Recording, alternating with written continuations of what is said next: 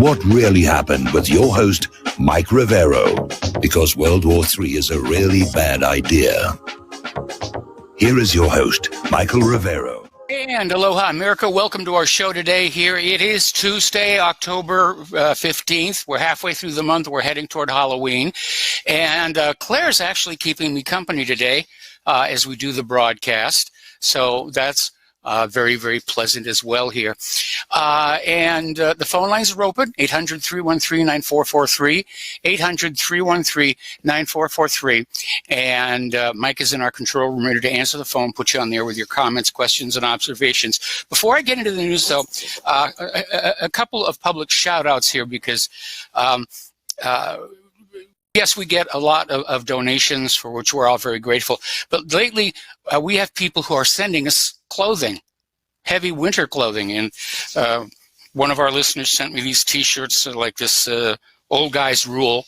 But the best one arrived this morning, and it's two very heavy lined winter jackets, which we're definitely going to need here to get through this first winter. So thanks to everybody who understands that coming from Hawaii to Indiana, there's a certain thermal coefficient shock that kind of goes along with that. All right, I want to talk a little bit about this impeachment process. Frankly, from where I'm sitting, it feels like it's falling apart. And the Democrats are definitely losing the narrative. So right now, Adam Schiff is out there saying that the public has no right to observe the impeachment inquiry. It's none of your business. It would allow Republicans to fabricate testimony. Now, that's not what's going on.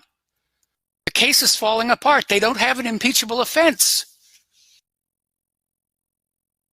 Nancy Pelosi is saying they do not need a vote in the House of Representatives to conduct the impeachment inquiry. They're just charging right ahead. You know, to get the Donald.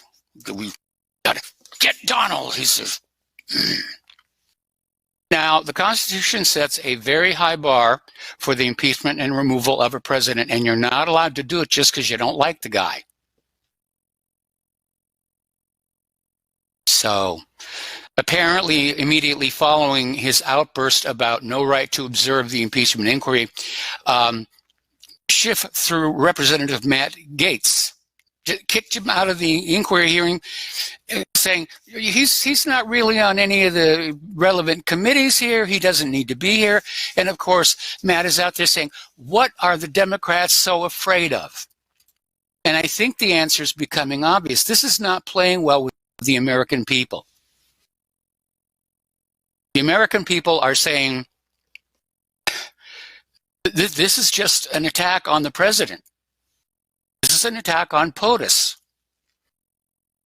And now Adam Schiff is out there saying that Congress may not need to interview the whistleblower after all.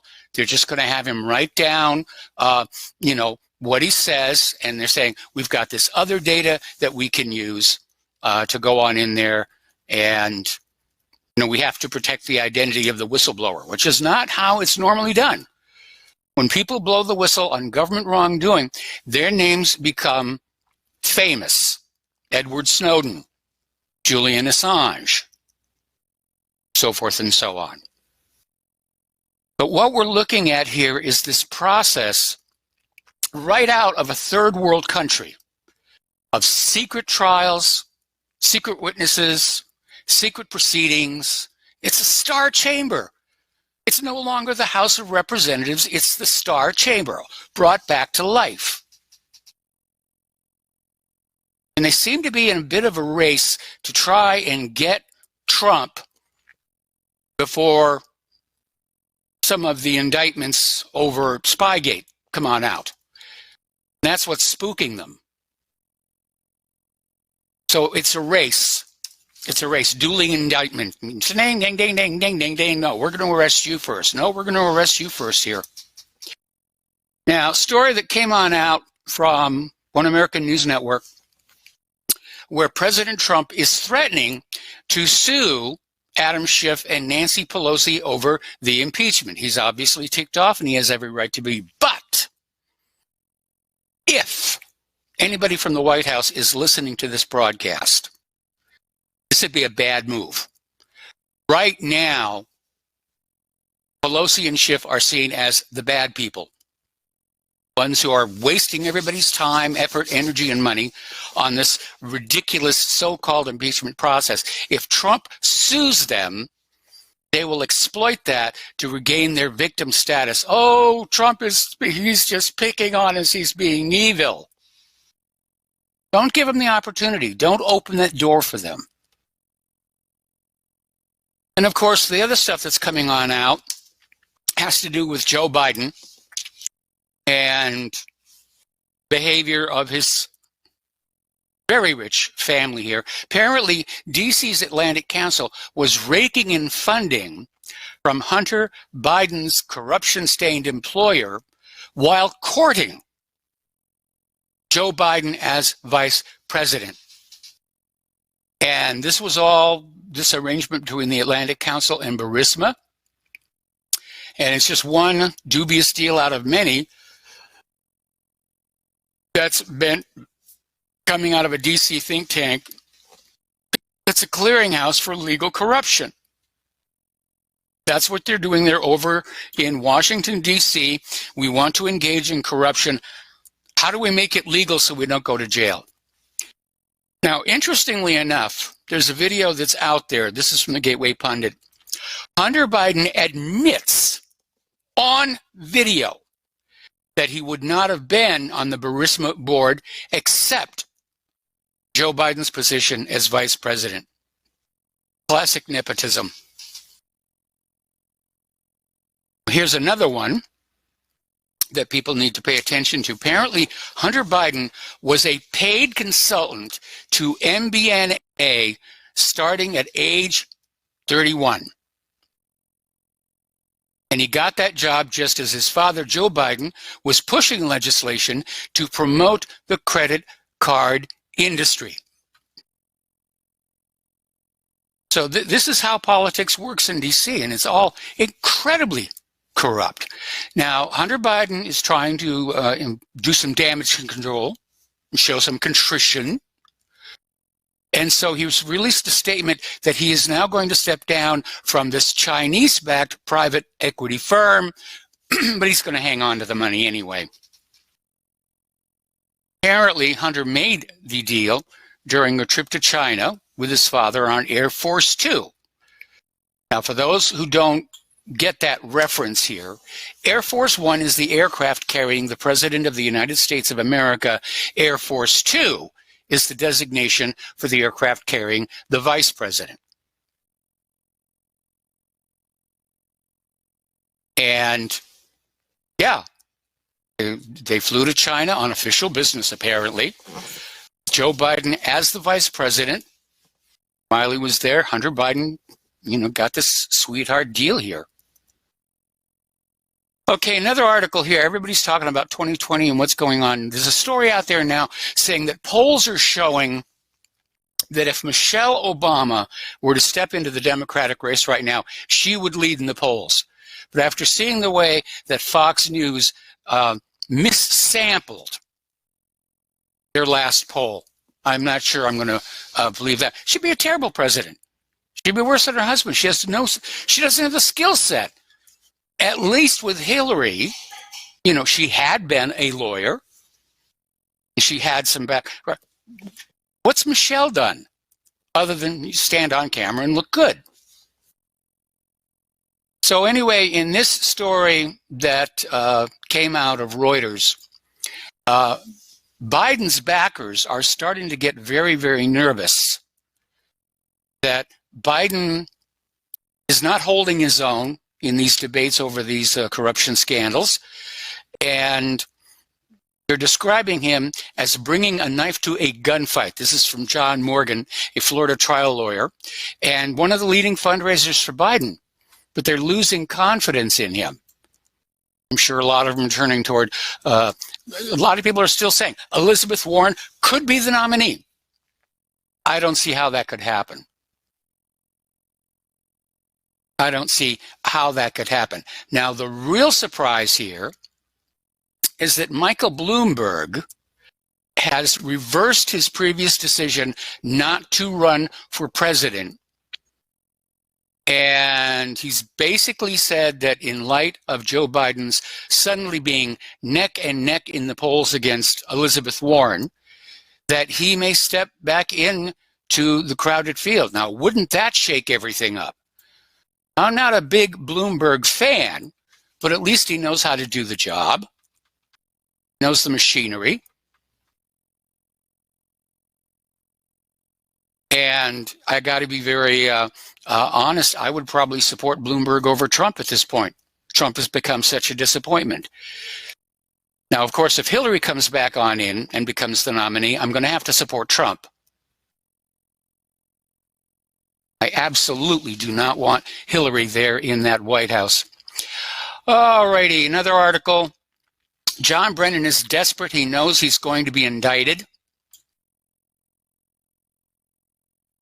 Now, yesterday we were reporting on this claim that the Inspector General report would be released this Friday, and we were all going to find out to what extent we've all been lied to. Well, apparently not.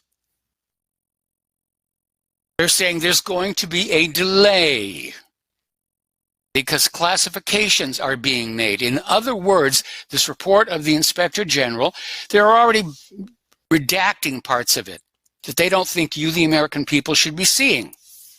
You might get upset at how the politicians have been behaving. I know I certainly am. Project Veritas has scored big. They're out with these hidden camera videos that were made by this very, very brave CNN insider, Carrie Poach, who works at CNN's Washington, D.C. bureau, basically wore this camera around, a hidden camera, and recorded the bias. Jeff Zucker's got a personal vendetta against Trump. And the current video is out in two parts, both of which are linked to the front page of whatreallyhappened.com. And the CNN leadership and staffers reveal their true sentiments. They're all hardcore liberals. They're already picking their favorite candidates even before the debates happen. They don't care what's said in the debates. I want this one. They look good. They support trainee rights and so forth and so on. And this has led to this article from Activist Post, which I think has a title that says it all. The Rise and Fall of CNN, the most busted name in news.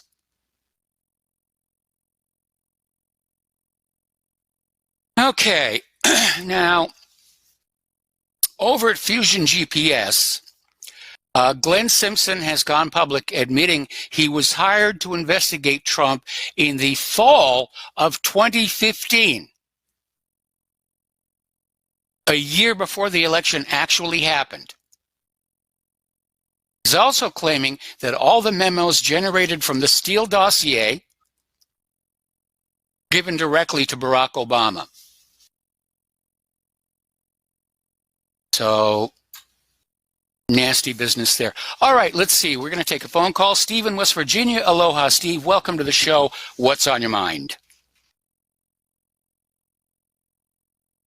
Steve, are you there? Oh, there you are. Yes, Mike, can you hear me? I hear you now. Yeah. Okay. Yesterday you were talking about we may not have enough gold to go to a gold standard. Yes. Well, according to Jim Records, all we have to do is adjust the price, adjust the value. Yeah. So, if gold is $2,500 an ounce, then we have enough, or whatever it may be, $4,000 an ounce. Yeah. But here's the thing. Bob Moriarty had a good article a while back on his 321 site where it says 9 out of 10 Americans have never even held a gold coin in their hands. So most people are not interested in gold. It's not going to, it's not like when we were attached to gold, when the dollar was attached to gold. So I don't think it makes that much of a difference what the price is. Well, what they would have to do is, especially if they're going to inflate the price like that, then we're going to see a return to literally gold chips embedded in plastic cards. Otherwise, you're going to be losing this stuff all over the ground. Yeah, that we could happen. Yeah. The other thing I want to ask you about is, I'm sure you're familiar with Deagle.com. It's like a military contractor site and has projections on population and stuff. You familiar with I'm that? actually not, but I'm going to take a look. Deagle.com. And the reason Okay. I bring it up is because if you look at the population projections for, 20 countries, including the United States, it projects us to only have 99 million people by the year 2025. So where are those 2/3 surplus going to go? Are they going to be killed up in the World War? Is somebody planning an artificial pandemic? I mean, that's a huge, huge population reduction. And I know it's exactly in line with what the Georgia Guidestones are saying. Yeah, but it's mostly the United States. So if you wanted to reduce the population, the best place to reduce it would be in China or India, because there's too many people crammed in both places there. So yes, why would you? I mean, what do you think about that? Why is that number like that? I think it's because, that part of the globalist agenda is a redistribution of wealth. And certainly that's been part of the agenda behind the global warming cult, where they're out there with all these Paris Accords saying that all the rich countries, the countries who have built factories, who have, built infrastructure, that we have to somehow divide that all up and send it over to these third world countries where they basically, they haven't done the work. Mm-hmm. Yeah, but if you look at where all the pollution and everything, I've been to India twice, and it's just a filthy place. Nice people, but it is an absolutely filthy, filthy place.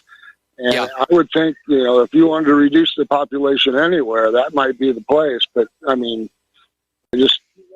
just wanted to hear what you maybe thought about it. But anyways, that was just my question.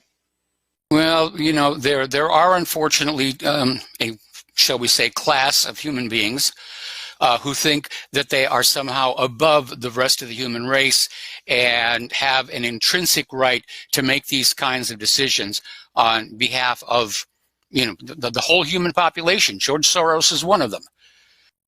We know that, Henry Kissinger was another one with that National Security Study 200 that he did.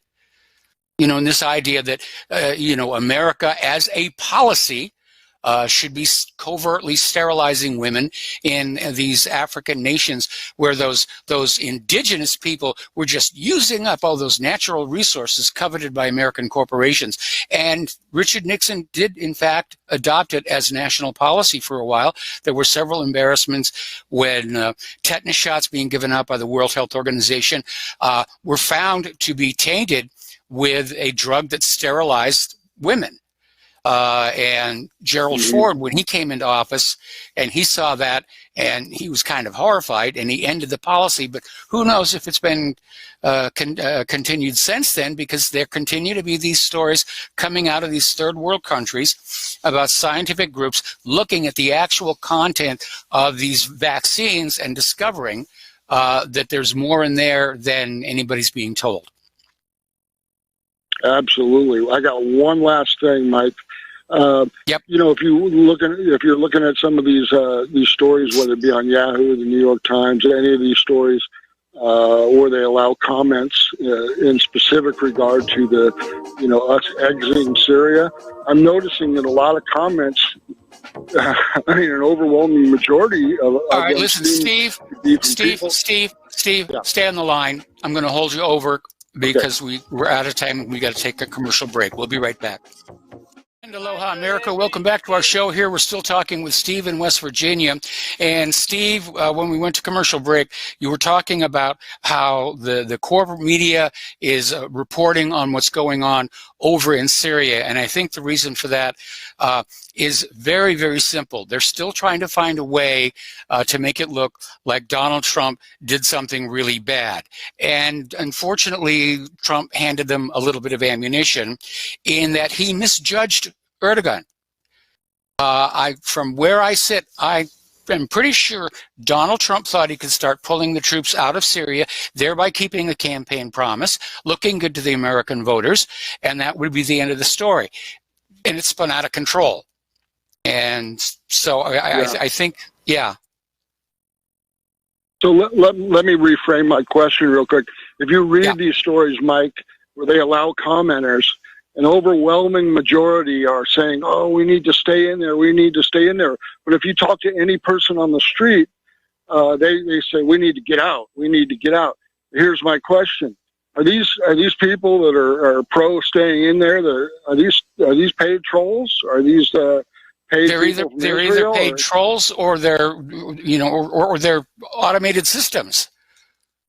I mean, they've now developed automated systems that will load up news stories with comments that look like they're written by ordinary people to try and get the herd instinct working and saying, yes, 5,000 people say we need to go back into Syria. And then your average American just says, well, if they all think it's the right thing to do, then I guess it's the right thing to do. Yes, I agree 100%. Mike, they're done though. Once Russia fills the gap and Turkey, it's over. They're not going to be able to get back in there. Nope. So it's a good thing. Thank you, Mike. Have a good one. All right, thanks an awful lot. We're going to switch over to Chance in West Virginia. Aloha, Chance. Welcome to the show. What's on your mind? Well, Michael, I have to respectably disagree with you. I think Trump should sue these disgusting degenerates and stop playing patty cake with them. It's way past time. Nobody's been convicted or been sent to jail. I think he should put on the gloves now and sue them, I think. I wish he'd put on the presidential brass knuckles, but here's a practical question. On what grounds can he actually file a lawsuit against Pelosi and Schiff? Just because they don't like him? I don't think that's going to stand up in court. So far, neither Pelosi nor Schiff have committed an actionable offense, although Pelosi's discarding of due process by saying that the House does not even need to hold a vote on holding an impeachment inquiry. That's certainly going to put a tremendous strain on here. But I think that Trump needs to avoid letting Pelosi and Schiff recover the victim status, because they've lost it. I'm no big Trump fan after being disappointed by him, but let's face it, they're making false accusations. I would like to see him sue them. I really would. Well, that's just my opinion, Michael. Well, that's okay. That's why we have talk radio, so people can get their opinions out there. But from a political, strategic point of view, I think it would be a mistake for Trump to do that. Not that Schiff and Pelosi don't deserve it, okay, but they'll use it against him. And I think that's a bad thing. Anyway, so thank you very much for the phone call. We're going to let you go. The phone lines are open. 800-313-9443, and getting on back to the situation that is devolving, if you will, over in Turkey and Syria. Trump, of course, has declared more sanctions. That's his knee-jerk reaction to the fact that, Erdogan called his bluff. And so he's out there saying the Treasury is ready to go. Sanctions for Turkey may be coming. Well, so far the response from Turkey is, big deal. You sanctioned everybody on the planet. We're all still here. The other issue is, of course, the fact that Turkey is sitting on 50, that's 50 U.S. tactical nuclear warheads as part of their arrangement with NATO. And so the question is, can Turkey do anything with those, or if Syria were to capture the Incirlik base, would they do something with it? So we'd have to know about that. All right, we're going to start a phone call here with Dee in Minnesota. And Dee, I'm probably going to have to take you through the next commercial break, so what's on your mind? Quite a bit. This whole business with Turkey and Syria, for a start. Yes. Looks like the Kurds are aligning with Assad, like I said they might a week ago. Yes. Looks like that's happening. I don't know. It looks like it's... How do you sanction a NATO ally? For one. See, that's the problem, and even worse. And for two, how do you why aren't we justify getting our a nukes war? out? Well, that's going to be the trick. You know what's the United States going to do? We can't leave those nukes there. Invade? No, we can't. What's the U.S. going to do? Invade a NATO ally to recover their weapons? Anyway, listen, Dee, stay on the line. Stay on the line. We'll take another break for commercials, and we'll be right back. And aloha, America. Welcome back to our show here. We're talking with Dee in Minnesota, and we're talking about the situation in Syria, which is, as I was concerned was going to happen, is starting to spin a little bit out of control. The Kurds are now on the side with Assad.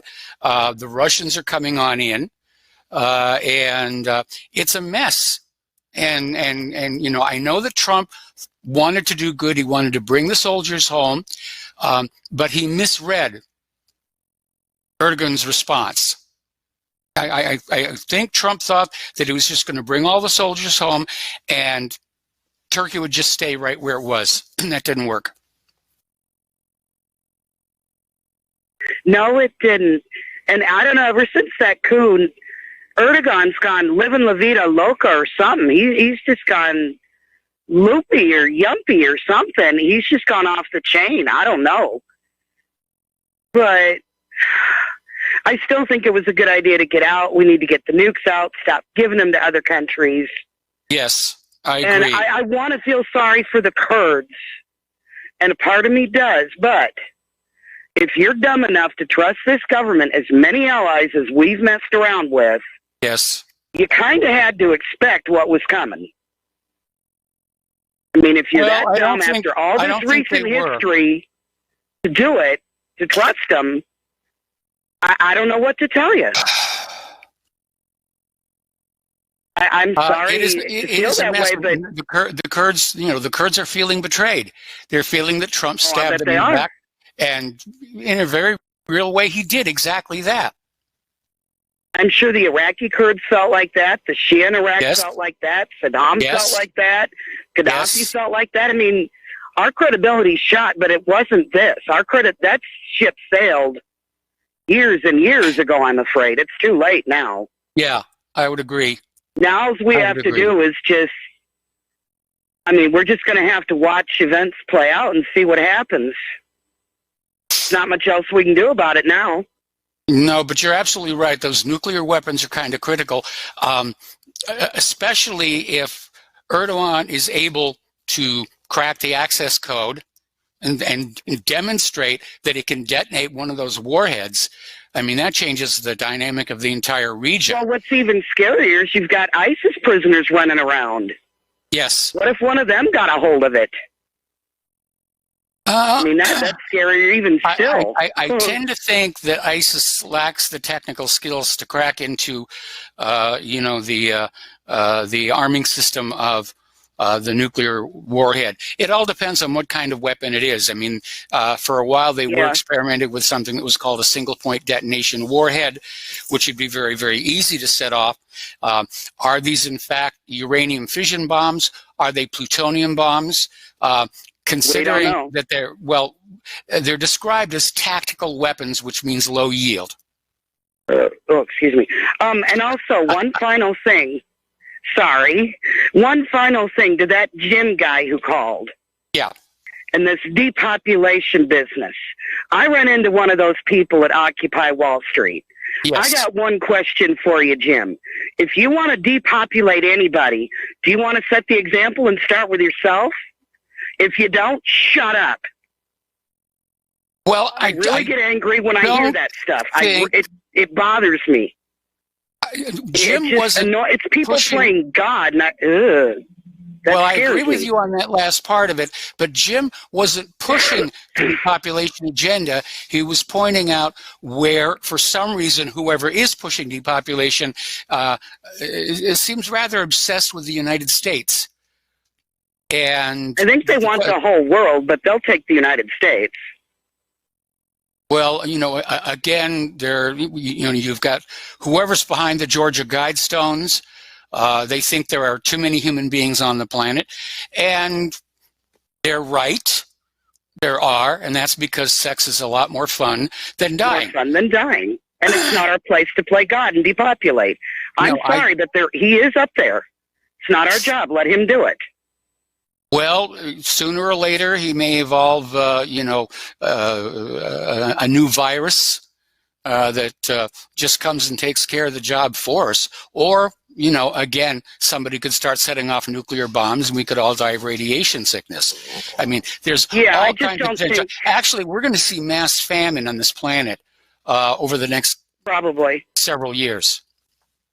Probably if the economy goes down and these winter growing seasons get short. Yeah. Like they have been, I don't doubt it. Well, we can start eating the tourists. I mean, it'll start with the third worlders because they really don't have a lot of resources. And I don't like seeing any of that stuff. I want people to live and enjoy life. Yes. I do too. They have a right to do that. I'm sorry to have been so harsh, but that depopulation stuff really irritates me. I don't tolerate it, period. Well, again, I'm in agreement with you. If you really feel there are too many people on this planet, there's a very tall building right there that you can walk off the top and have fun. Try and hit a central banker on the way down. Yeah, at least take one of the central bankers with you, but start with yourself. Like I said, I saw one of them at Occupy Wall Street, and what I just said to Jim, I said to him, the exact same thing. Okay, and well, I'm sorry to be harsh and blunt, but no, I'm in agreement. Too many people are think that they have this right to play God with the rest of the human population. Anyway, Dee, we're going to let you go. The phone lines are loading up. Thanks, and Michael. We're going to switch over to Miles in Maine. Aloha, Miles. Welcome to the show. What's on your mind? Aloha, Michael. Yeah, we're depopulating, and we're replacing with illegal invaders. What I wanted to talk about was the situation in Syria. I think the last caller said that now the Kurds are aligned with Assad? Yes. Well, if you ask me, I think it all works out pretty good because, that's what should have been going on all along instead of us getting in there and meddling around with Assad. I agree. So, now the Kurds are there, and maybe they might get something out of it from Assad, but the United States never had anything to give them anyway because they were violating the sovereignty of Syria in the first place. You've nailed it right on the head. That's exactly what was going on. Yeah, so I think it does help Trump out on a domestic level. Yes. Because we should have never been there. And I think Russia will end up driving Turkey out because Turkey is just a capitalist. They capitalize on anyone they can, whether it be Greece and those little islands over there or whatever. So I think in the end it's going to work out, and in the end it may even help the Kurds. I mean, I see no reason why we should have any real affliction for the Kurds because if that's what we wanted to have, I mean, we didn't go there in the first place to give the Kurds some land. We went there to create havoc on Assad for Israel. So now the Kurds might actually end up getting a little piece of territory they can live on, mind their own business or whatever. And it would have been different if that would have been the game plan anyway. Of course, we could have done what we do everywhere else, just supply the Kurds with weapons, and we wouldn't have had to go there at all and look like an international fool by violating a sovereign nation's territory. So I think it will work out. I think it's going to take a little bit of time, but thank God that Putin has a very mediating personality. Yes. He's been really. I don't see how he could avoid the Nobel Peace Prize, because the 16-year-old from Sweden shouldn't even. Anybody that would consider that would, I don't know, be a Democratic congressman, I guess. Anyway, well, Michael, there's no question that the Peace Prize has been heavily politicized throughout the years, and it's a shame. I'm sure that Alfred Nobel would be appalled at the way the Nobel Peace Prize Committee just sort of hands these things out as political, dressing. Yeah, definitely. Well, after Obama won it, after starting 2 or 3 wars, I mean, like you said, it was really made a mockery. So hopefully we'll get, I don't know, how do we get some deserving people back and get rid of this chaos and corruption that's just infiltrated the globe, it seems like. That of course is the question. And again, I see the United States as edging closer and closer to a Soviet Union-style collapse. And we as the American people, we need to be ready to take advantage of that. We need to regain our moral compasses so that we know what's right and wrong, and not let all this LGBTQ nonsense try and sell us this idea that, hey, whatever you want to do to yourself or especially to your kid, it's okay. It's all permissible.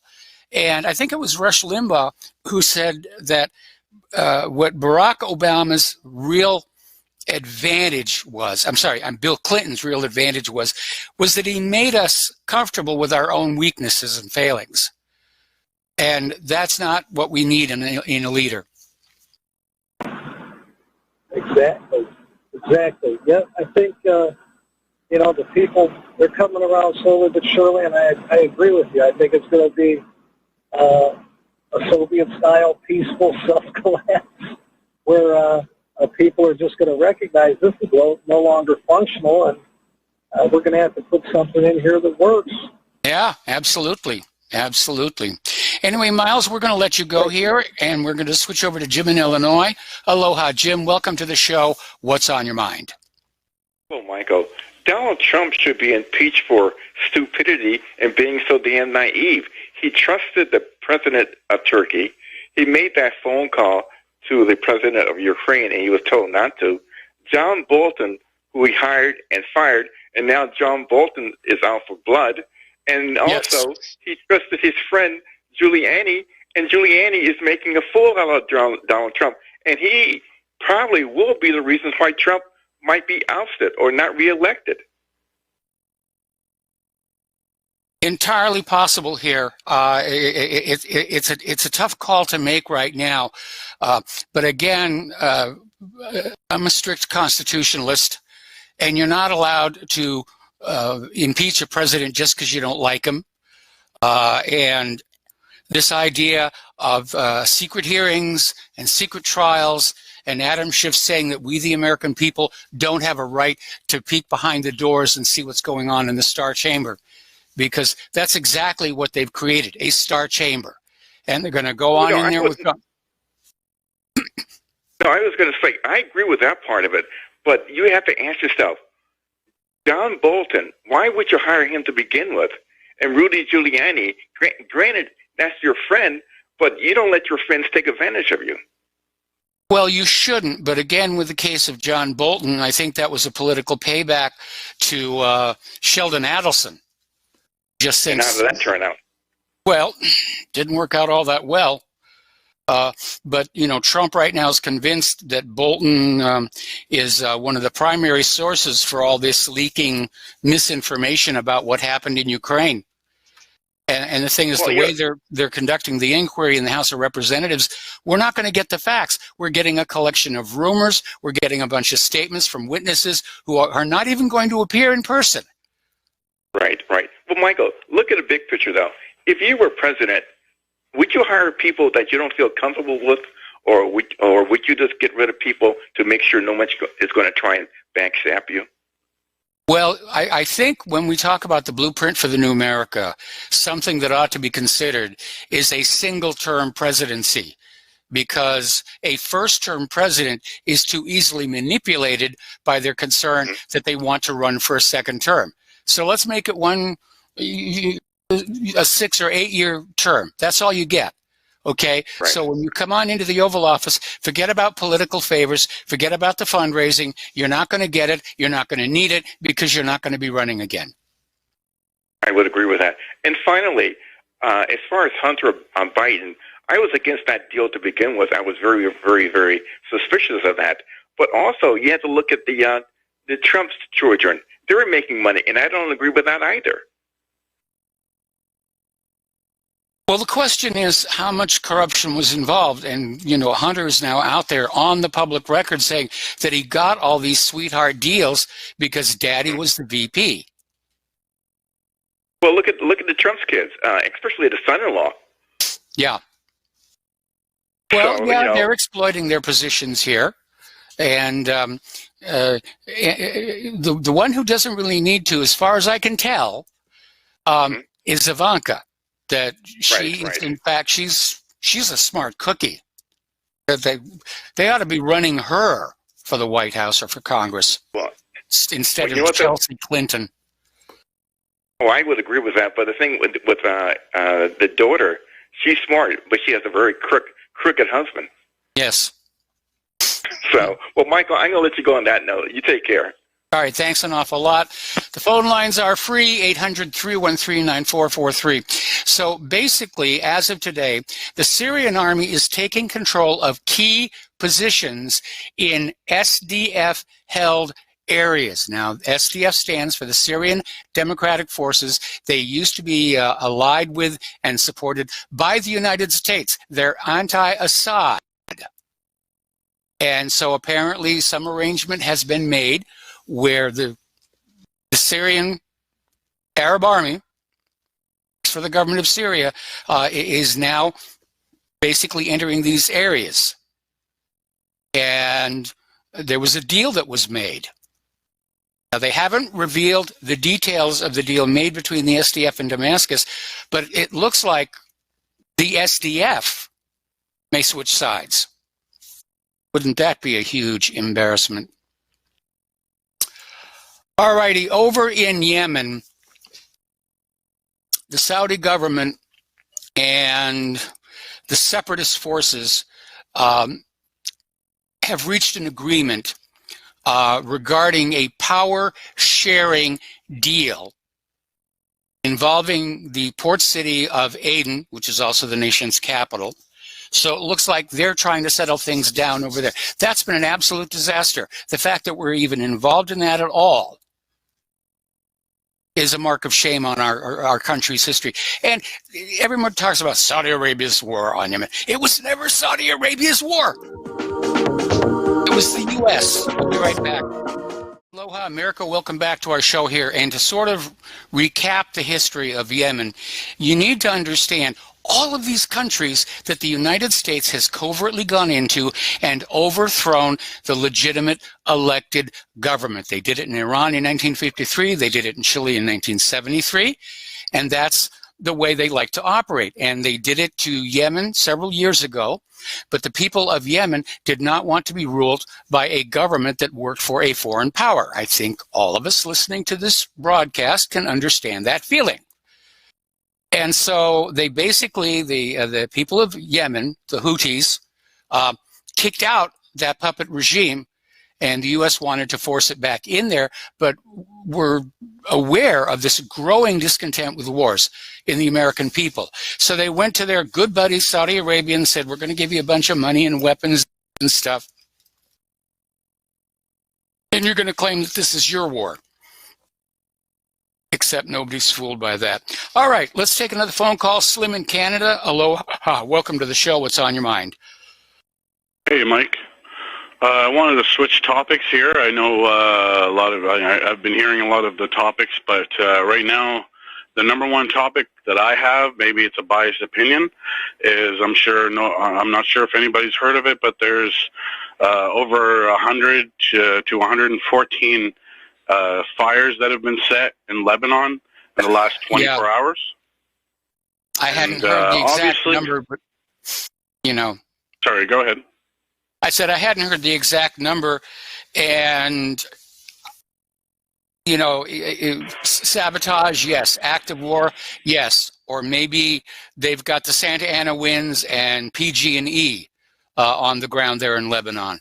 But we know that Israel has certainly been gunning for Lebanon.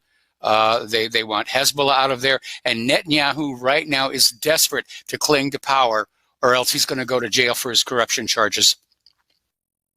Yeah, I own a business here, and unfortunately, I listen to you all the time. I don't have time to call, even at this moment. I have to make this call as short as I can. But okay. I went to Lebanon last year, about a year ago today, and I've seen some things that I've been wanting to tell you about, and this, that basically Lebanon is being killed from within. Already. They're already killing us from within. We have the highest amount of cancer in the world per capita. Our garbage level is at a ridiculous amount. There's garbage everywhere, and the the air quality is disgusting. And my uncle is also he's one of my family members that has been touched by cancer, and luckily he's on the up and up, thankfully. But I mean, that's another side point. The point is what I'm trying to say, and is that they don't have to invade Lebanon to kill us. They're already killing us, right? And these fires here are just like sort of a microcosm of what's been happening, and the fact that that the media right now is worried about impeachment and this and this and this and all these other topics, stuff that no offense. Oh, sorry, I hear your music going on. Yeah, why don't you stay on the line? And we're going to hold you through the station identification break, so don't hang up. Aloha, America. Welcome back to our show, hour number 2. The phone lines are open, 800-313-9443. We're talking with Slim. Oh, I guess we're not talking with Slim, and we kind of misplaced him there. All righty, so Putin has been making comments. We reported on that, in fact, just yesterday, where he says Russia does not want to get into a new arms race. That's what bankrupted the former Soviet Union. It's what's bankrupting the United States, and he doesn't want to do that. And so he has basically come on out with a new proposal to basically restart the Strategic Arms Reduction Treaty. And he says, we need to have that back in place, or we're going to be in a new arms race. We're going to be, building bigger bombs and bigger rockets, and we're going to be spending the wealth of the people, on all this stuff, which no sane person wants to see actually get used. And if you have not read it or heard it, you need to go back and find Dwight D. Eisenhower's famous speech, A Cross of Iron, where he talks about just how much this stuff all costs. And we've all heard the jokes about $7,000 toilet seats and, $600 hammers and the rest of it. It really is true. I got to see a lot of it close up myself when I was involved in certain things. So the treaty expires, the current treaty, the START treaty, expires in 2021. And Putin says we need to work on extending it now. Unfortunately, the military-industrial complex is not going to be happy with that at all. Okay, we're going to take a phone call now. Nancy in California. Aloha, Nancy. Welcome to the show. What's on your mind? Aloha, Mike. I really like your introduction with what the Fukushima is going on. That's clever. So I wanted to talk about Donald Trump. I wanted to, because I hear insults from people who really should be grateful. So he has stood against the global warming agenda. I think that took a lot of strength. He has not given money to the UN. I think that takes a lot of strength. He has been standing almost single-handedly against this New World Order and these traitors within the Republican Party, like Mitt Romney. That takes a lot of strength. I don't think that he particularly likes all the slander and the criticism and the backstabbing that he's experienced. I don't think that it's due to some big ego like that he's been accused of. So that's number one. Number two, if I can say something about Syria. Well, before you do that, I want to remind you what Harry Truman said about the White House. He said it's the world's hottest kitchen. And it doesn't matter what you do, there's going to be some fool who doesn't like it. Right. All right, so on to Syria. As far as Syria goes, the only person that I've heard that has supported Trump from Washington, from the District of Criminals, is Ron Paul. Yes. Ron Paul, one of my favorites, has said that what Donald is doing is correct. And I 100% support our president. That's all I wanted to say. Well, I agree with the idea of pulling the troops out of Syria. I want to be perfectly clear on that. Let me make one thing perfectly clear here. It's my Richard Nixon impression. I agree with pulling the troops out. But I think there were repercussions. Trump misjudged what Turkey's reaction was going to be. And that, I think, is going to wind up costing him. And, I mean, they're already mistakenly shelling U.S. forces. So we'll see what happens with it. You know what? That does bring up another thought here. Yeah. That guy that criticized Trump for talking to the Ukrainian president, for goodness sakes, that's what presidents do. That's absurd for him to think that that was wrong. Oh, my goodness. Our president talked to another president of another country. The deep state doesn't like that because they like to be in control. How dare a president actually step outside of their bounds? Well, you know, back when Richard Nixon reopened relations with China, and boy, did he get raked over the coals for that. And ultimately, I think it's one of his issues that ultimately led to his impeachment, along with, of course, obstructing justice and, you know, various other things. But yeah, when Nixon went to China, he took a lot of heat for that. China's supposed to be our enemy. You know, we're not here to be friends with the rest of the world. We're here to conquer and plunder and loot and pillage, because that's what makes empires great. Right. You know what, Mike? That brought another thought that has slid it out of my mind, but if I can get it back, because it was a really good one. Yeah, okay. I'll take your word for it. Yeah, so, you know, my friend says, if you can't remember, it must not have been important, but it was important. Let me think. Anyway, I'm going to kind of try to drag it out so I can remember. So as far as... we could put you on hold. Oh, I remember. Okay, you remembered. I remember. Okay. Yes. Hey, the guy, and I can't remember his name, but we hung him right before he was hung and his neck was snapped. I mean, they did it in such a inhumane way. And I don't think it was even deserved. Hussein. You mean Saddam? Saddam Hussein, yes. Yeah. He warned us. Actually, let's be accurate. Okay, when you hang somebody and there's a clean break to the neck, that's actually the most humane way to do it. You know, it's maybe the that slow... wasn't what happened then. Okay, you know, it's slow hanging where I just remember.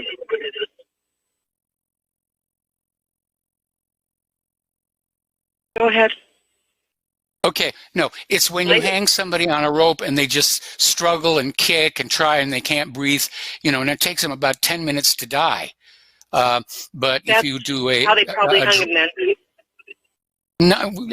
No, actually, I watched the video of the execution, and I don't think he deserved to die, but they did do it in a humane manner. He warned us, the American people, that we had a shadow government way back at that time. Yep. Because he had dealt with them. Yep. And it was a shadow government, I believe, that killed him, that facilitated his eventual death. Well, basically, I mean, what the war was all about was what currency Iraq's oil was going to be sold in. And Saddam had gotten permission from the United Nations to sell Iraq's oil for the euro under the Oil for Food program. And that did not sit very well with people over at the Federal Reserve. Right. Yep. All wars are bankers' wars. They are so evil. We need to rout them out. I agree. Anyway, so kudos to Donald Trump. And kudos to you, Mike. I think it's awfully hard to be on the air for 3 hours every day. Yeah, it can get a little rough. It really can. Anyway, Nancy, thanks an awful lot for the phone call. And we're going to switch over to Steve Elkins. Aloha, Steve. Welcome to the show. What's on your mind? Well, I think Donald Trump needs to emphasize and repeat, rinse and repeat over and over that video clip, which you can still find on YouTube, where Joe Biden is saying, we'll withhold the money. I'm leaving in a couple hours. You need to get rid of this prosecutor. And just the whole situation with Hunter Biden, no experience being on the board of this, one of the largest national gas companies out there, and no experience, the $3 million kickback because of Vice President Joe Biden's influence on their politics or government. Which Hunter is now openly admitting to. Right, he is, and he actually what he said today on an interview with ABC or NBC was, well, if I could go back and if I could have seen this and this, yes, it's inappropriate what happened, and it was illegal, and Donald Trump needs to just focus on that, repeat it, said, watch the video, and just repeat that over and over again, and you can't erase it. It's out there. It was illegal. Yep. It's definitely a meddling. It's government meddling in politics and meddling, and you might say interference in an investigation. You got a conspiracy here, a true conspiracy, and he needs to focus on, turn the tables and said, here's the true crime right here.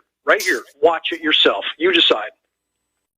Well, I think that's one of the reasons why Biden's support within the Democratic Party is on the wane, along with his many faux pas and his recent medical issues.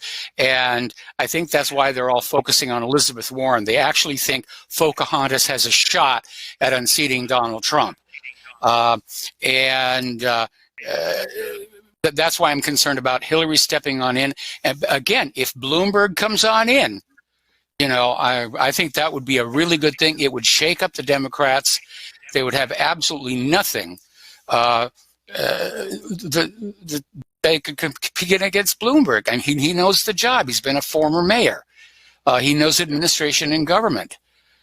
And I do believe Hillary, the Democratic platform. I mean, we've got Alexandria Ocasio-Cortez and her "Let's build a bridge to Hawaii," and you've got Elizabeth Warren, who was out there screaming how she was fired for being too pregnant. I mean, it's just nonsense stuff. Yeah. Actually, I think Hillary will return. I think she's looking for the spoiler, to be the spoiler. Yeah. Or find the spoiler actually on the Republican side and the Democrat side to take the votes away, and she could win by a narrow margin, including using some fraud in the election process. She wasn't successful last time. Doesn't mean she won't be this time.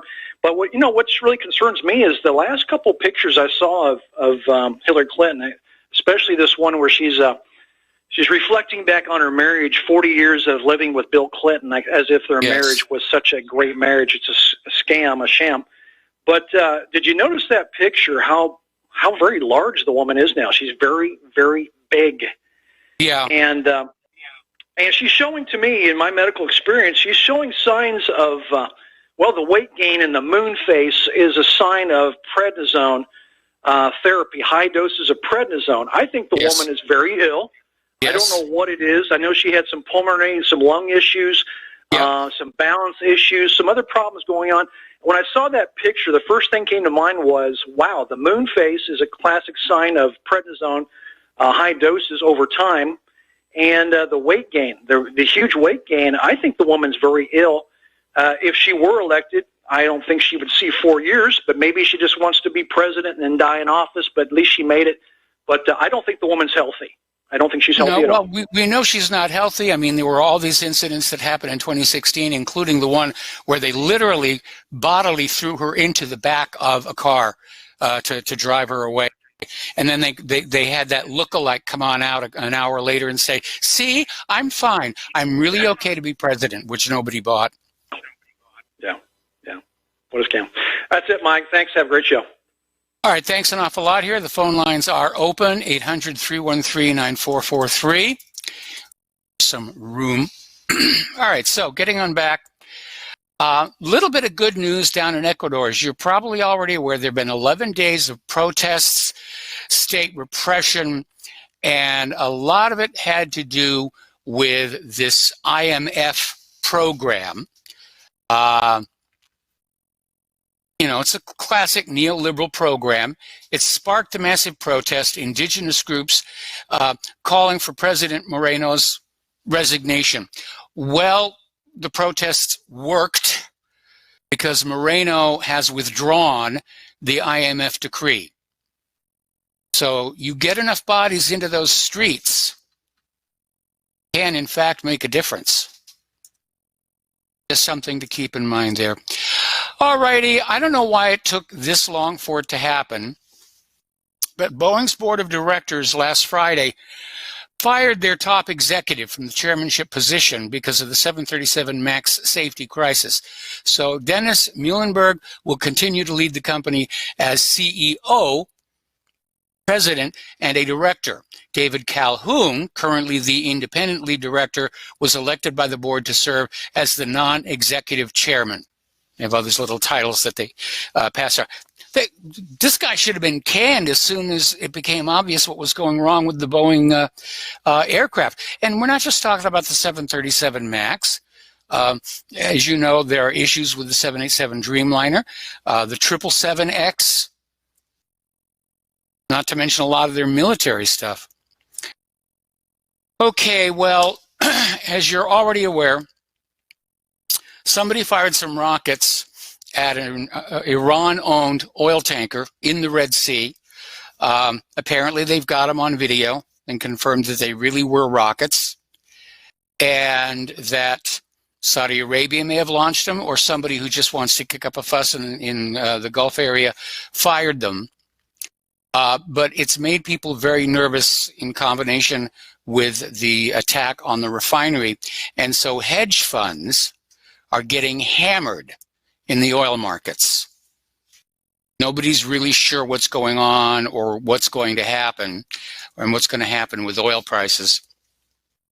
All righty. Apparently, WeWork is making the investment banks behind them very nervous. And it seems a bailout of the company could be imminent. This is coming from Financial Times. Sources told Financial Times that fundraising efforts are currently underway as the company's cash is about to be depleted. Now, the company lost $690 million in the first 6 months of the year, and it's expected to generate a loss from operations approaching $3 billion with a B, as it burns through tens of millions in cash daily. They're saying the company could be completely out of cash by mid next year.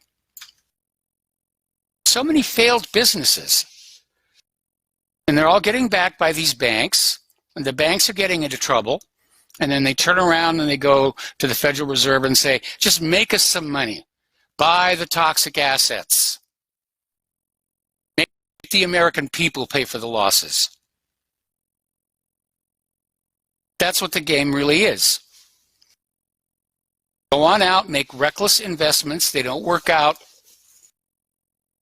Dump the losses on the people. And that is the classic definition of a fascist economic dictatorship. You make money, you get to keep it. You lose money, the ordinary people are forced to cover the losses. Now, Bernie Sanders, whoops, something kind of silly, just give me a second. Bernie Sanders has come up with a plan.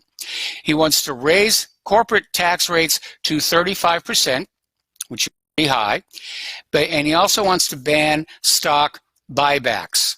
So I think Bernie Sanders is probably going to lose a lot of his support within the financial community.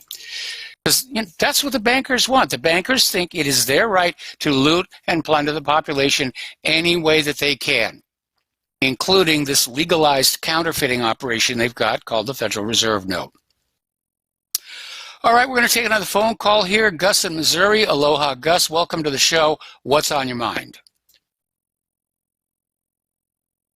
Gus, are you there? I dropped. He dropped. Okay, fine. All righty. We've been talking about Facebook's attempt at cryptocurrency, or they called it a stablecoin project, was named Libra, and it's dead. It's dead on arrival. eBay, Stripe, Visa, MasterCard, PayPal, they've all abandoned this cryptocurrency. And I don't think it's necessarily cryptocurrency or Facebook itself. I think the bankers are waking up to the fact that cryptocurrencies are a monetary instrument for the people and by the people they can't control and exploit. I think that's what's going on here. And so we're going to see all cryptocurrencies come under attack. Okay, we got to take a break for commercials, and we'll be right back. And aloha, America. Welcome back to our show. And we got back in touch with Gus in Missouri. Got past the little technical gremlins that are out there. So, Gus, what's on your mind? Gus,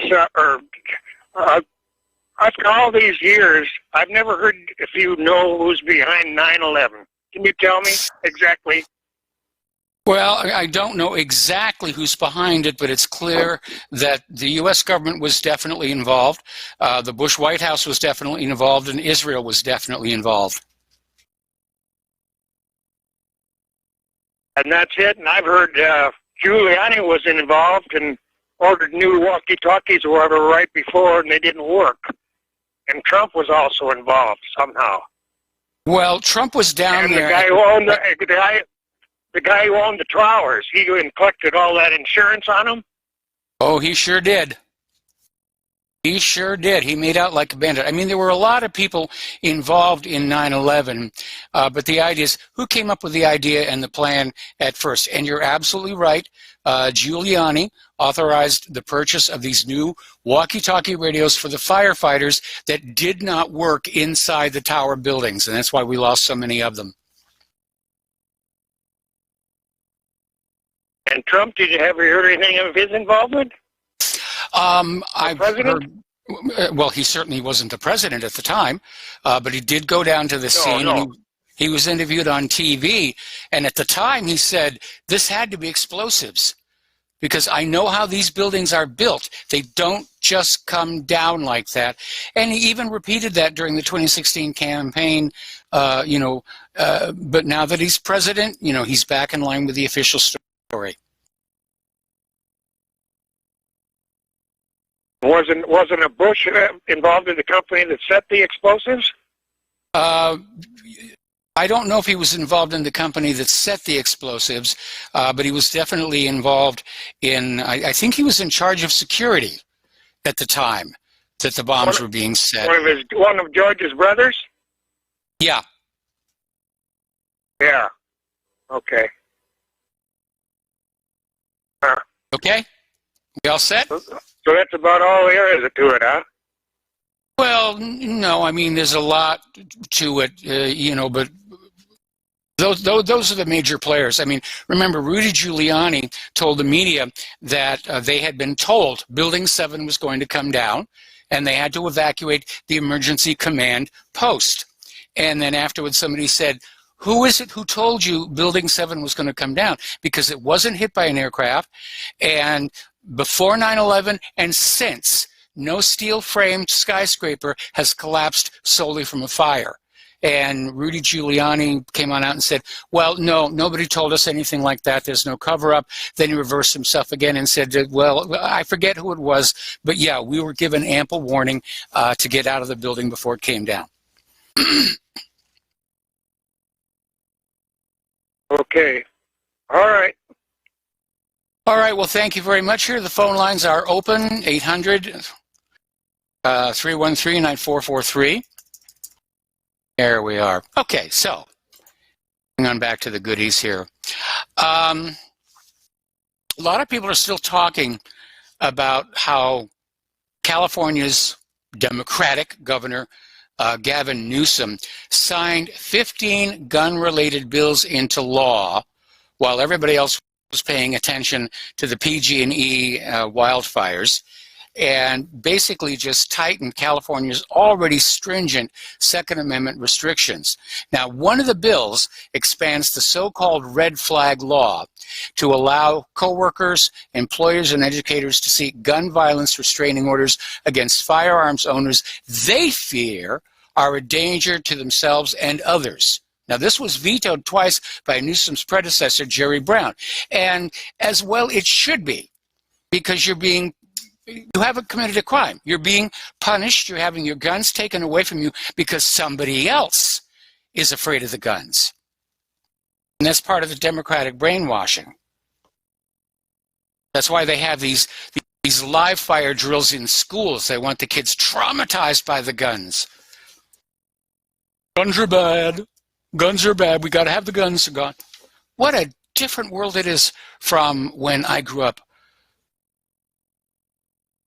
You got your first gun at 12 years old. You got the lecture on gun safety. If you ever misused that firearm, you'd get a trip to the woodshed, would have you eating your dinner standing up for a week. We didn't have school shootings. Didn't even have murders. We had one attempted suicide in all the years that I lived in that town. Doesn't that sound a little bit better than these wackos with their brains filled with prescription antidepressants going into these so-called gun-free zones and just having at it? Alrighty, just when you think the liberals can't get any sillier than they have, apparently there is a remake of Cinderella in process. And Cinderella's godmother, one of them, is black and transgender. Sure, the liberal media is going to be out there saying, oh, this is wonderful. I wish they would stop messing with childhood classics. But it basically proves Hollywood has run out of ideas. They don't know what else to do. You know, we'll take Moby Dick and we'll make Moby Dick gay. All right, we're going to take a break for commercials. We'll be right back. Aloha, America. Welcome back to our show here. And when Claire and I got over here this morning to do the show, I powered up this Hewlett-Packard laptop, and the very first thing it says, we are updating your Windows experience. Do not turn off the computer. Now, it didn't run for as long as it did the other day, but it is very annoying to have to go through this over and over again, whether it's Windows 10 or iOS 13, or now they've broken off a separate operating system for the iPad OS. And they put the stuff out there before it's really ready. They don't test it. It's just, get it out there and hopefully it's all going to work here.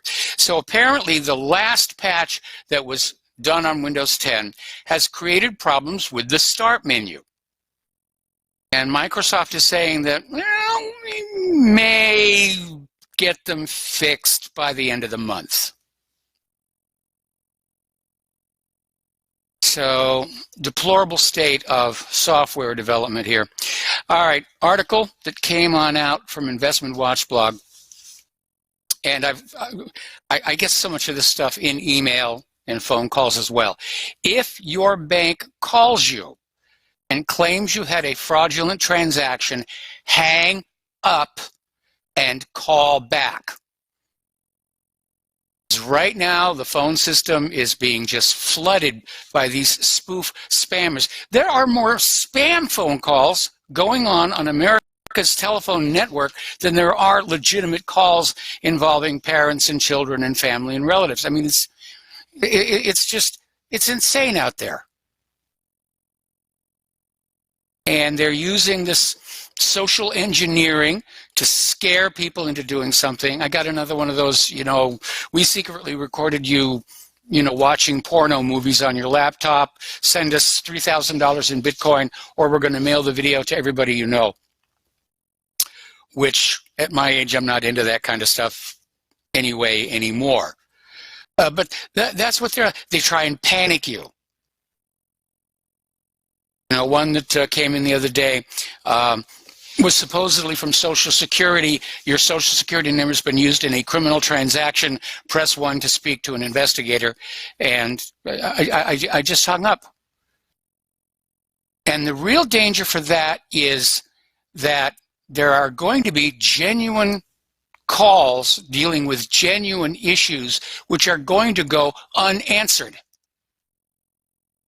So these spammers and spoofers are causing huge amounts of damage to the American people. And the American government doesn't really seem to think that's a problem.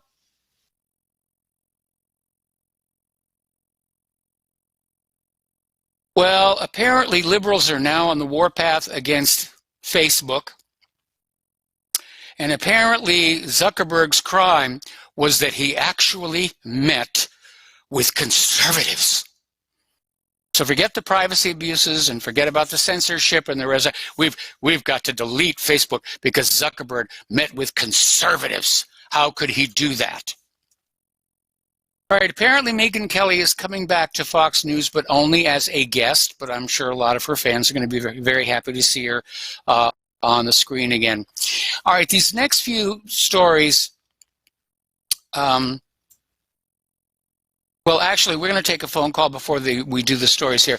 Alan in Hickory Hills, Illinois, aloha. Welcome to the show. What's on your mind?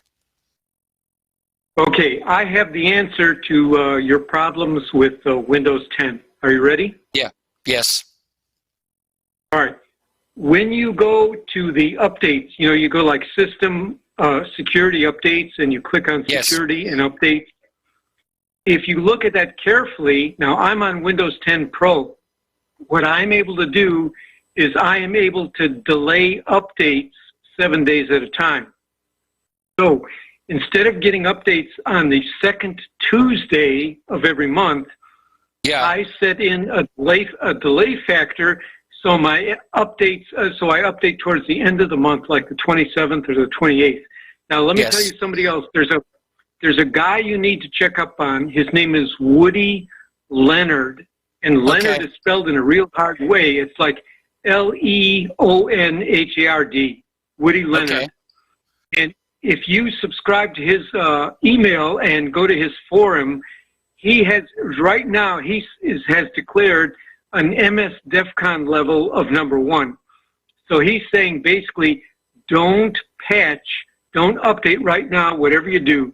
So if you visit his webpage on a regular basis, when he goes to DEFCON 5, that means it's happiness time and you can update. So your problems can be solved by just delaying your updates, because Windows cannot force an update on you. They can't do it if you actually have that in Windows 10 Pro. Now, I have heard rumors that the common people on Windows 10 Home can do that also, but not being a common person, I don't know. So you will have to go and look for yourself, because I don't want to ask you if you're Pro or Home, but look for yourself, on Update Security, and see if you have the option of delaying the update. And if you have, then you won't have any more problems. Just delay it till the end of the month, okay? Well, that'll solve my problem with Windows, but how do I solve the problem with Apple's iOS? And more to the point, why am I having to do this? Why are we all having to work so hard? These machines are supposed to work for us. We pay them to get our work done, and instead we find ourselves as unpaid quality assurance inspectors for these computer companies who are already just insanely rich. And it's like they've come up with this attitude of, well, you should just be grateful we've given you a machine or sold you a machine at all. And, it's your responsibility. I mean, one of these days you ought to go ahead and read that end user license agreement. It'll just scare the heck out of you, where they basically say they have every right to take control of the machine and do whatever they want with it. What a far cry from the days of the Commodore 64. I mean, I really enjoyed that machine. That was a fun machine. It worked for me. And instead, we've got all this stuff here. It's all hideously expensive. It's being used against us by the scammers and the spoofers and the government as well. They're using it to spy on us. And the answer is why? You know, why should we be putting up with this kind of nonsense? Well, because we live in a fascist economic dictatorship. That's why. Well, Windows has what they call an insiders group, and the insiders group is supposed to be people who are skilled programmers, and they're supposed to get the updates first and then report on bugs. And apparently the insiders group is not working effectively because you're right. Everyday people like ourselves, we're being hung by these glitches, and the insiders group is just not catching them soon enough. So I'd like to blame it all on H-1B workers myself, because I'm a racist savage. I agree. And it's not just Windows, and it's not just Apple. It's also what killed Boeing. Okay, that some MBA said, you know, we're going to make more money if we let go of all these old white guy legacy workers who grew up knowing how to make this stuff work. We don't need them. And we're going to get these H-1B workers who work for much less money and they're students, and we'll just stick them in a cubicle somewhere and say, you know, go ahead and make these changes here. And the next thing you know, you've got a 737 with these huge engines way out in front of the wing system, acting as spoilers. And okay, but the problem there is the pilots who are flying those planes were from those S-hole countries, and they might have had IQs down in the range of 60 or 65 points. So it could be the ignorance of the pilot, and Boeing maybe is completely blameless, because I'm not hearing about any planes by German pilots or English pilots or French pilots that are crashing. What I'm hearing about is that in strange, mysterious countries where people live in tents, or not even in tents, they live in huts made out of tree branches, their airplanes are the ones that are crashing. So I would not blame Boeing or software guys. I would say I want to know what the ACT scores were for those chumps who were actually behind the stick on those planes. Well, big planes don't have sticks. They have, I guess they have wheels. Okay, Mike, I hope that helps. Actually, they have side sticks now, which I think was a tremendous improvement. But here's the issue, okay? The airline companies that bought these aircraft were the ones who made that choice not to spend the extra money on this safety system, which had been standard on the 737 before. You know, when you bought the plane, you got this safety system about an attitude attack disagreement. And these money junkies in charge of these airline companies said, we don't need to spend that money. Well, yeah, actually, you did. Anyway, Alan, we're going to let you go here. Thank you very much for the information on Windows. But again, my attitude is, after all the money that we spend on these machines and these devices, why are we having to work so hard to keep them going? Doesn't really make a lot of sense here. Alrighty, so we've actually been talking about this next topic for quite a while. I've been talking about it. And it seems like finally corporate media is paying attention. So over at Government Slaves, they have this historic Midwest blizzard has farmers expecting massive crop losses as devastating as we've ever seen. Now, 40 million Americans already don't have enough food to eat. It's about to get a lot worse. Now, National Geographic is out there sounding the warning. This one I'm not sure I go along with, but they're saying that billions of human beings face shortages of food and clean water over the next 30 years. That sounds more like some of this global warming scaremongering than actual science here. This is a problem.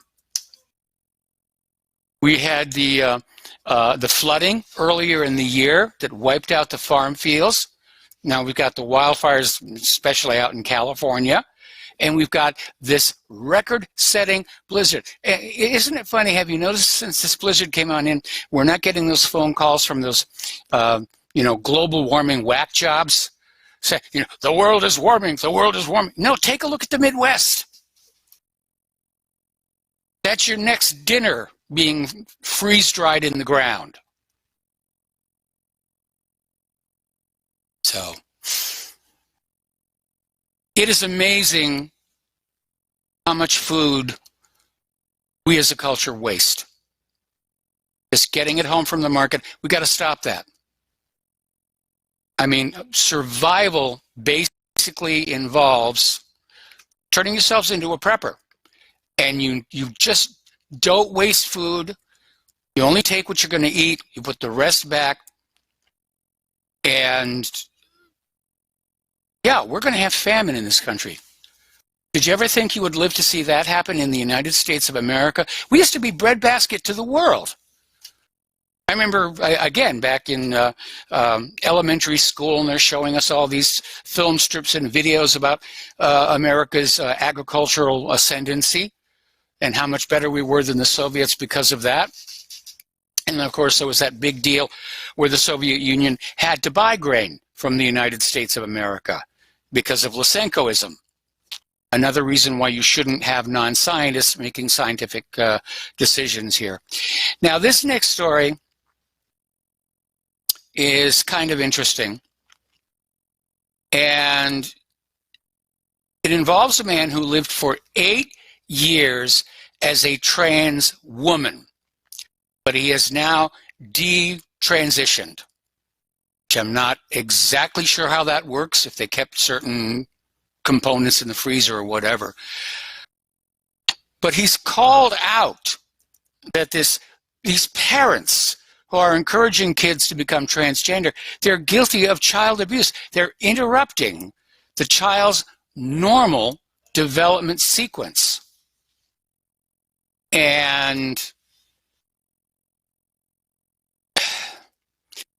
so this guy came on out with this interview, was interviewed by Candace Owens, and this gentleman named Walt Hayer said, how his grandmother sparked the gender confusion by encouraging him to wear a purple dress at the age of 4, and how, as a result, he suffered sexual abuse at the hands of an uncle. How can you do that to a kid? You absolutely cannot. Sorry about the hiccups. Okay, so looking out the window, it is getting dark. I think we may actually get those thunderstorms tonight, which will certainly light things up. Getting on back to, here we are. Phone lines are open, 800-313-9443. And apparently there was a big stink over South Park, which is, as most of you are already aware, this animated, very funny series. It's been on Comedy Channel for decades now, I think. Apparently they did an episode talking about Scientology. And boy, oh boy, is that something you are not supposed to do. And they came on out basically with this whole Xenu story. Now, for those of you who don't know what I'm talking about, the core belief of the Scientologists is that the human race was planted here by this alien leader called Xenu, and that one day they're going to come back and collect all the well-behaving Scientologists and take them away. It's great science fiction, and you need to remember L. Ron Hubbard was a science fiction writer. And this whole Scientology thing came about because of a bet with Robert Heinlein, where L. Ron Hubbard said, I'll bet I could get rich inventing a new religion. And boy, did he ever. Absolutely did. And Scientology, I mean, Lee Remini's out there with this series about the abuses. I mean, you think the Catholics are bad? The Scientologists, oh man. do not want to get involved with this. And, you know, they'll attack anybody that they think is an enemy. They have a special term for it. I forget what it is. Anyway, we're coming up here on the top of the hour, and let's get some phone calls in here. We'll be right back. Aloha, America. Welcome back to our show here. The phone lines are open, 800-313-9443. And I went back and did a search about this story about these fires across Lebanon. And apparently opinions are divided. There are some people saying it has to be arson, act of war. Others are saying, look, it's just the winds. A lot of dry brush, and the winds have whipped up the fire. Same situation they're dealing with out there in California. So, but apparently the fires are very close to Beirut, and a lot of people are very, very concerned about that. So, there we are. And get our clock back here. Alrighty, so apparently Colonel Douglas McGregor was on the Tucker Carlson show describing Trump's brilliant strategic move regarding Syria as checkmate. And I'm sorry, I don't agree with the colonel. I mean, I agree with getting the troops out of Syria. I think Trump blew it. He completely misjudged what Turkey's reaction was going to be.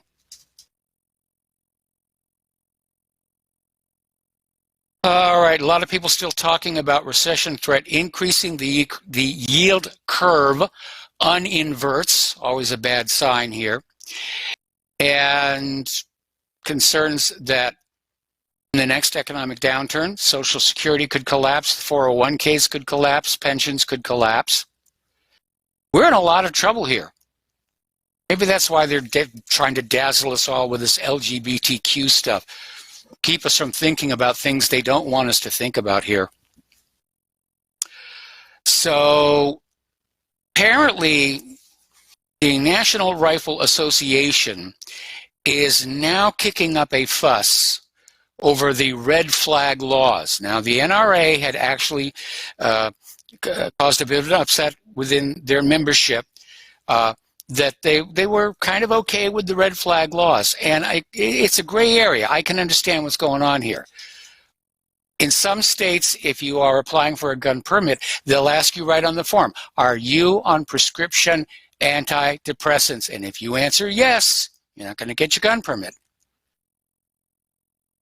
It's just like a car. You're either going to be stone cold sober when you handle the vehicle or not. And if you are on these prescription medications when you're handling a firearm, bad things can happen. But the other side of the issue is that people are being penalized, they're being punished, they're having their possessions taken without due process for having done absolutely nothing wrong. They're out there, they're scared of us. That's the only thing that makes any sense here. But this week in October is when the 1929 and 1987 stock market crashes happened. So, other opinions here. This one is, there's the top of the hour. All right, we're going to take a break for station identification. We'll be right back. Aloha, America. Welcome back to our show here. And again, if you go to the top of whatreallyhappened.com, there's that gray box with permanent articles up there, one of which is my ClimateGate article. And one of the videos that is linked into that article is The Great Global Warming Swindle, which is a wonderful documentary pointing out how the evidence argued by the global warming crowd is a joke. And they're committing fraud. And the reason they're doing that is they want to impose their will to redistribute wealth so they do not feel inferior because other people have made money they only dream of having, but either are too lazy to work or lack the talents to earn the money. That's really what it's all about, redistribution of wealth. It's not fair that you've got a bigger house than me. It's bad for the planet.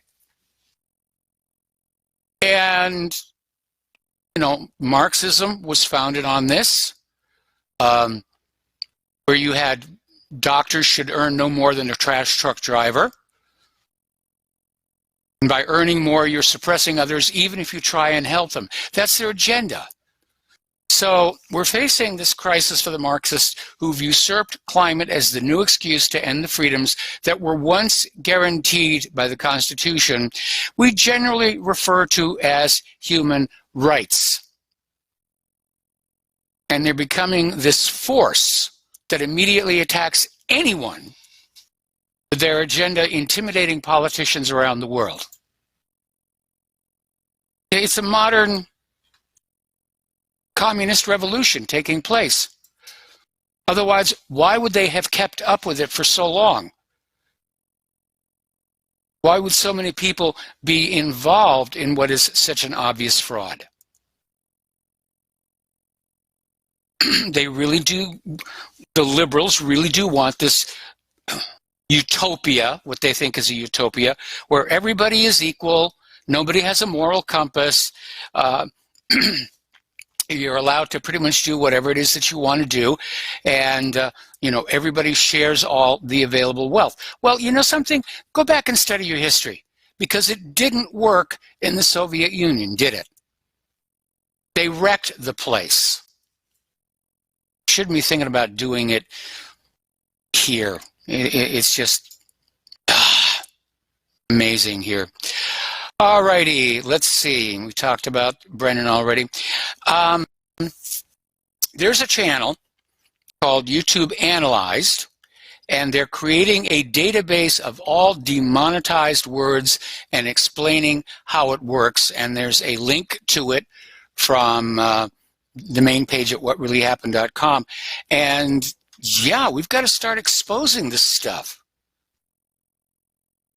Marxists don't want us sharing ideas with each other. They don't want you reading about ClimateGate and how human-caused global warming is a joke.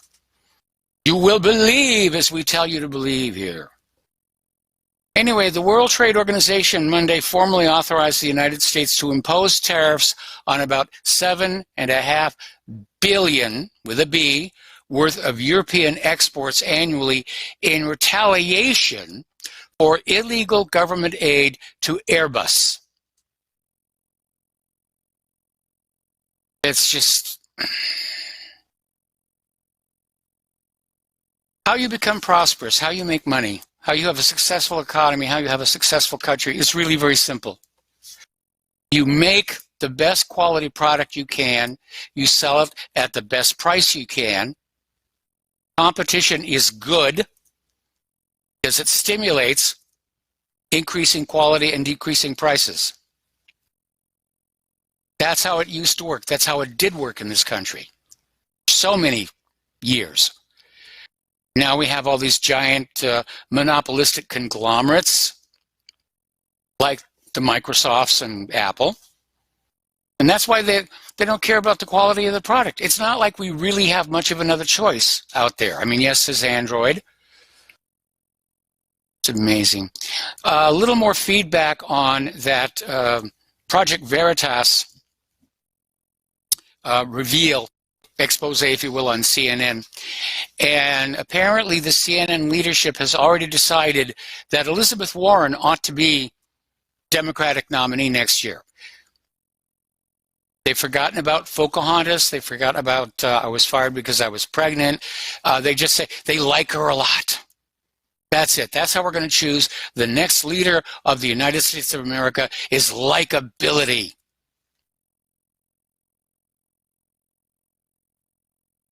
Apparently over in Spain, they've had a court verdict on the Catalan pro-independence leaders. Stimulated some protests as well. And apparently, over in Paris, firefighters are protesting the live streams. The whole world is protesting. It's amazing here. Alrighty, yesterday we were talking about how Snopes, which bills itself as a fact-checking website, and it really isn't. They've been caught in so many goofs. Right now, they're not even doing the fact-checking agenda. They're pushing anti-Trump, pro-globalist, left-wing agenda. It's a full-court press trying to get you to buy into this stuff here. Municipalities are going bankrupt everywhere. They're all out of money. A big part of that, of course, is going to be the cost of supporting all these illegal immigrants. How could a government make so many mistakes and just wreck this country, which I'm in agreement. At one point, we were the greatest nation on earth. We certainly aren't anyway. And I wish HBO would bring back that The Newsroom miniseries that they had there, especially that first episode where the Will McAvoy character comes on out and says, we're not the greatest nation. We've lost that, because that's the truth. Absolutely the truth. Alrighty, so parents are concerned if their children's schooling will fail to prepare them to survive in a high-tech future where the economy is driven by computers. And they're absolutely right. Because right now our public education system is all about political indoctrination. You'll believe in global warming. You'll believe liberalism is good. You believe in the gay children's hour at the library. By the way, the guy that did that turned out to be a convicted pedophile. Our educational system is, in fact, failing our kids. That's probably another reason why so many of these H-1B visa workers are getting into the United States. The local talent pool, they know what they're supposed to think. They don't know how to think. So I think that, yeah, science, technology, engineering, and mathematics, that's where the future is going to be for all these kids here. You want them to be a truck driver their entire life, and those are all being automated. There's a problem you got to think about.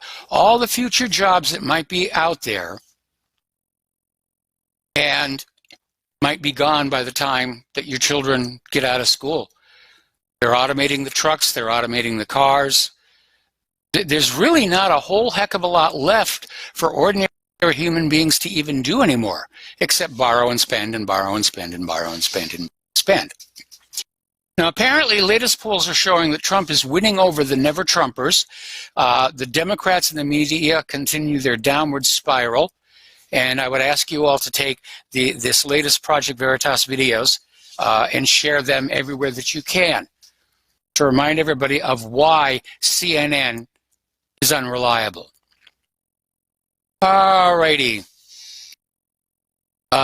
Apparently, 911 dispatchers are about to join the ranks of district attorneys using closed-circuit television cameras to monitor the public. Last week, Central Square Technologies announced they're working with Genetic to turn 911 dispatchers into an arm of the surveillance state by giving them real-time access to more than 30 million CCTV cameras. I don't know about you. I don't like spying. I'm a very private individual. I'm not doing anything. Why do you need to watch me? What I want to know here. Oh, I can see the feminists getting upset over this next one. Cornell University did a very simple study. They went out and they talked to a bunch of women and they said, what's more important to you when you're considering, you know, a male partner, looks or money? Most of them said money. So Cornell concluded that most women are gold diggers. Not all, thankfully. Apparently over in London, Extinction Rebellion, which we reported yesterday, is actually paying protesters to be out there in the streets. Okay. They're defying the blanket ban on climate protests, and they're saying, we're acting on behalf of life. Use that excuse, you know, for anything. We're here protecting whatever. Alrighty. let's see. Here is a good example of creeping urbanization, if you will. This is taking place out in Moab, Utah, and it's an immigration-driven overpopulation nightmare. And this guy is writing this article saying, for over 40 years, my wife and I enjoyed our visits to Moab, Utah, and Arches National Park, which if you've never been there, it is gorgeous. It is really gorgeous. So this year, during their bike tour around America, they stopped into Moab to find a living, breathing nightmare come true. In a little town of just 5,200 people, developers constructed motels to hold nearly 10,000 beds. They somehow either bribe, extort, or simply overpower the Moab City Council. Money, money, money. In a city that can only handle 5,000 people, developers overwhelm everything with motel beds and then flee the area to spend their money. Now, Claire and I actually saw this when we lived in Washington State, because where we lived was very, very rural. But toward the end of our stay there, it was being turned into what was politely called a bedroom community, where they were basically taking these farm fields, converting them into housing plots, charging a bloody fortune for them. And it just started getting crowded. Getting back on over to Spain and Catalan, apparently their largest single tourist provider, Thomas Cook, has collapsed. It's stranded 100,000 tourists. Can't get home, can't get out to the hotels or whatever. And Spain is launching their first bailout of its huge tourism industry. So it's, anyway. Paul Craig Roberts is out there reprising his article on how the oligarchs will deliberately crash the system to get rid of Donald Trump. And I keep wondering, why? I mean, I know he's anti-globalist, but as far as everything else his opponents wanted, he's given them everything. He's given them the wars. What is it that they're just so upset with this guy? Alrighty. Here's an interesting little article, and it's kind of a gray area, but I'm going to share it with you anyway. This is from Ethan Allen,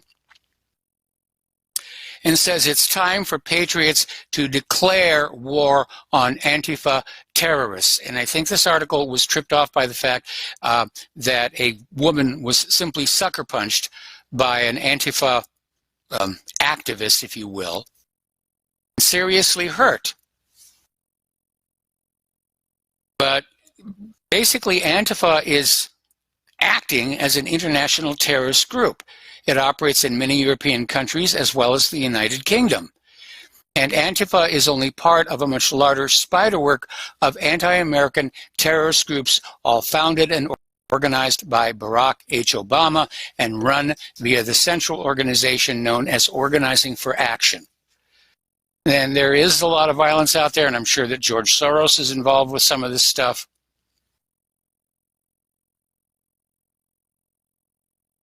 But yeah, we really can't tolerate this kind of behavior. So let's see.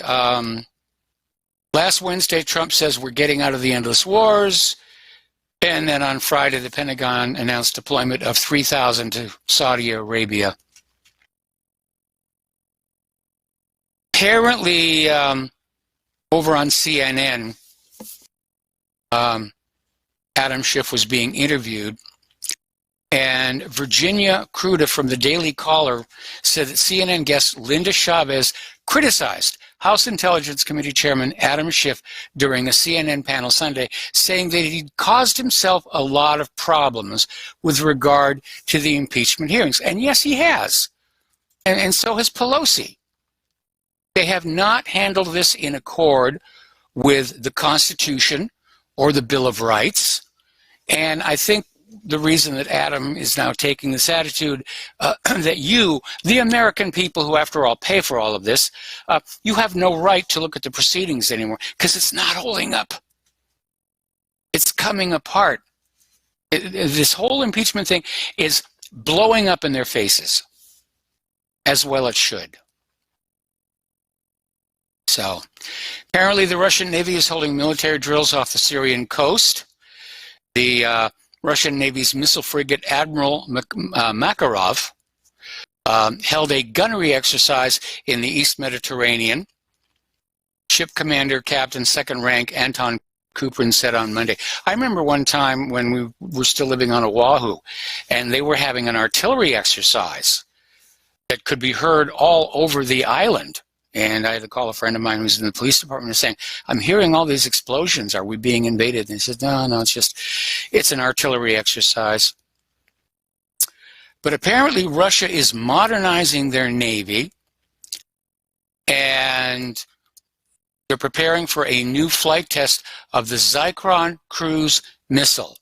This is a hypersonic anti-ship platform that will hit speeds of Mach 9 and perform complex in-flight maneuvers. This is going to be something America's defenses can't shoot down.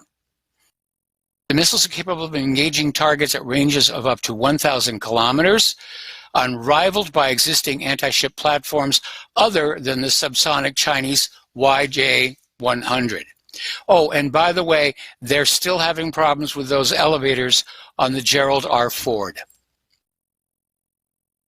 Can't get them to go up and down, and it's the aircraft elevators and also the ammunition elevators. So,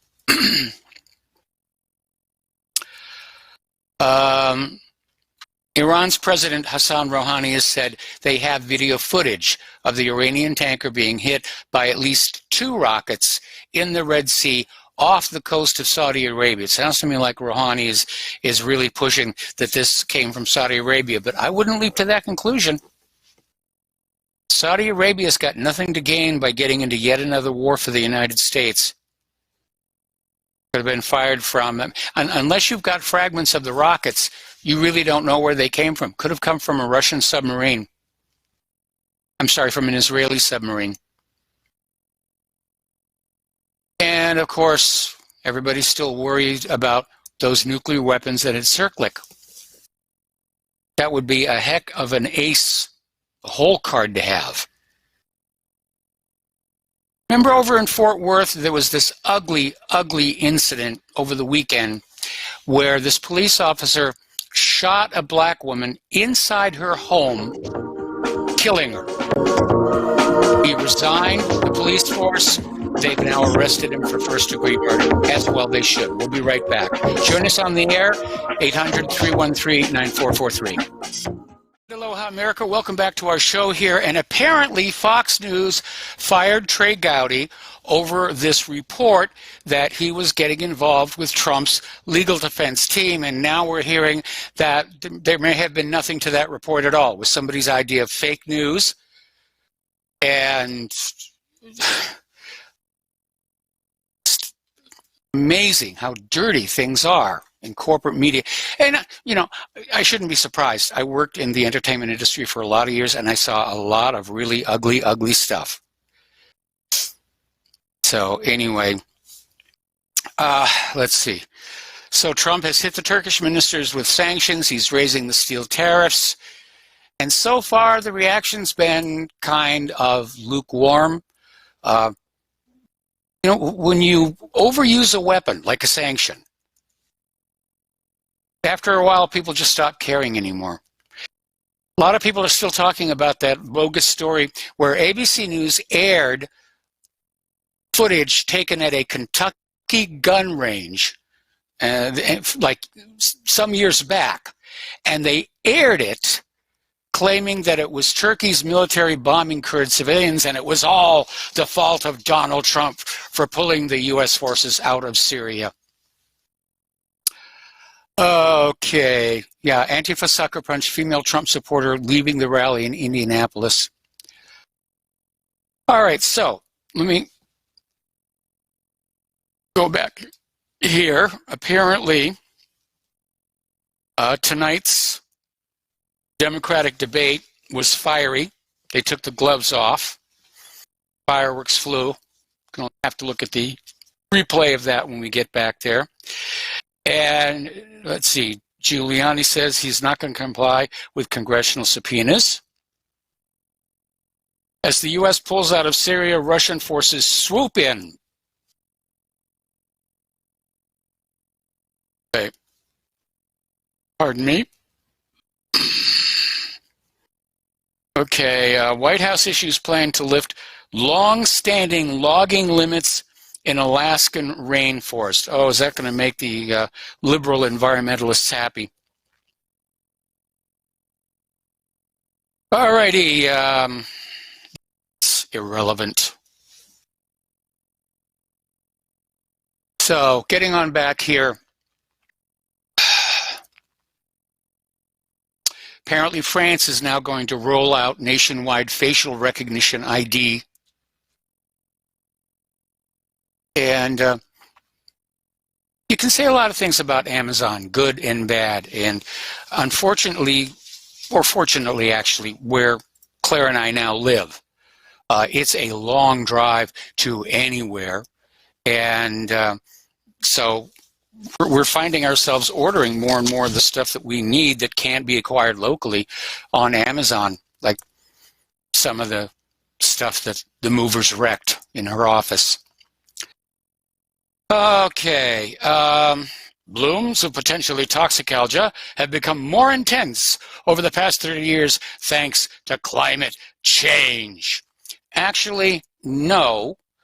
What it is farm chemical runoff.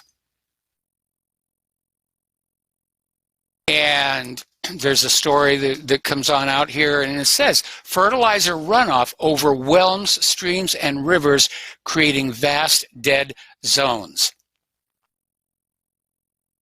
Everyone always talks about sustainability. We're going to do How about sustainable farming? And you start by getting rid of some of these chemicals. So, I think we already talked about this. Dealership in South Carolina has this epic auto sale bundle. Carlos Garcia from the Blaze reports a car dealership in Honea Path, South Carolina is offering everyone who buys an automobile an American flag, a Bible, and a voucher for a Smith & Wesson AR-15 rifle. Sounds like a really sweet deal to me. One of the things I like about this neighborhood that we're living in now is there's a lot of American flags. They're proud of their country around here. Okay.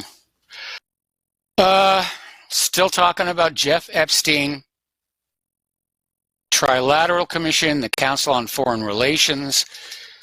We're never going to find out all that was going on over there, but we do know that Giselle Maxwell apparently has now been traced down to Brazil to a resort there. They never should have let her out of the country. Apparently, Edward Snowden has gone public about some of the nastier things from Joe Biden's past. Way to go, Edward! Now, here's an article, and apparently there's this professor of marketing science, director, Ehrenberg Base Institute, who's saying that he's changed his mind. He was wrong about global warming. It's not really happening. Climate change always happens. It's not our fault. We'll be right back after these few words. Aloha, America. Welcome back to our show here. And again, the phone lines are open, 800-313-9443. Interesting little article came on out talking about a possible mandate for electric vehicles. And as you know, you've got your regular gearheads and your ethanol proponents versus the electric car people. Now, it's probably going to surprise a lot of you. I do think electric cars are the wave of the future. I'm opposed to a mandate. I'll make the decision what car I'm going to own and when I'm going to own it. I mean, unless the government wants to give them away for free. And right now, there's a lot of cars sitting, brand new cars that they can't sell sitting on lots. They ought to start thinking about giving those to the American people, the legal American citizens. But the idea here is that whatever is going wrong and the government doesn't know how to fix it, well, they'll just issue a mandate and say, yes, you're going to buy this by this year, which is all well and good, except there is still a big gaping hole in the whole electric vehicle phenomenon. And that is, where's the electricity coming from?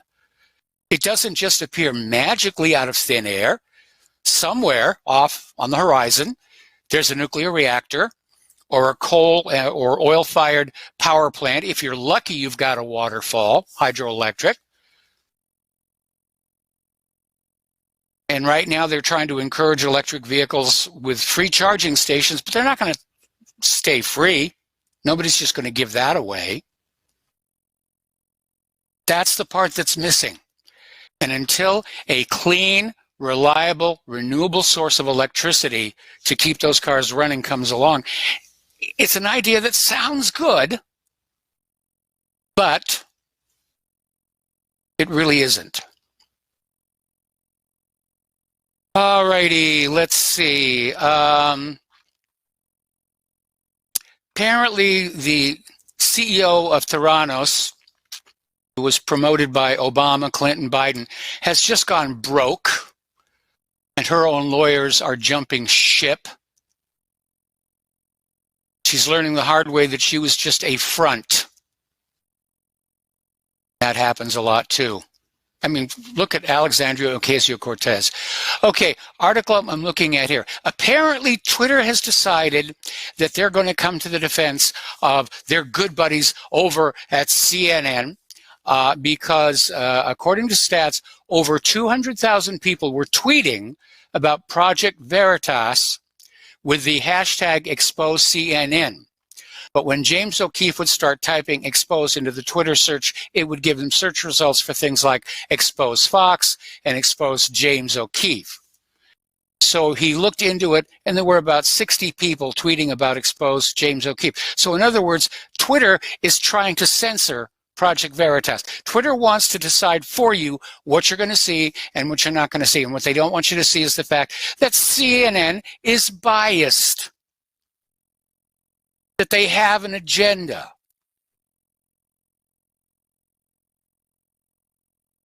It's time to reread 1984, go back and hunt down that wonderful movie with Richard Burton. And God, I'm blanking on the guy who played the High Chancellor in the V for Vendetta movies, that guy. Anyway, say again? Yes, John Hurt. There's a story, and there's even a movie about it where John Hurt got cancer, and apparently he had a horse who also got cancer, and they both got cured, covered, and they made a movie out of that as well. I forget what it was called. All righty. The future of Syria and Venezuela are being played out simultaneously and in parallel.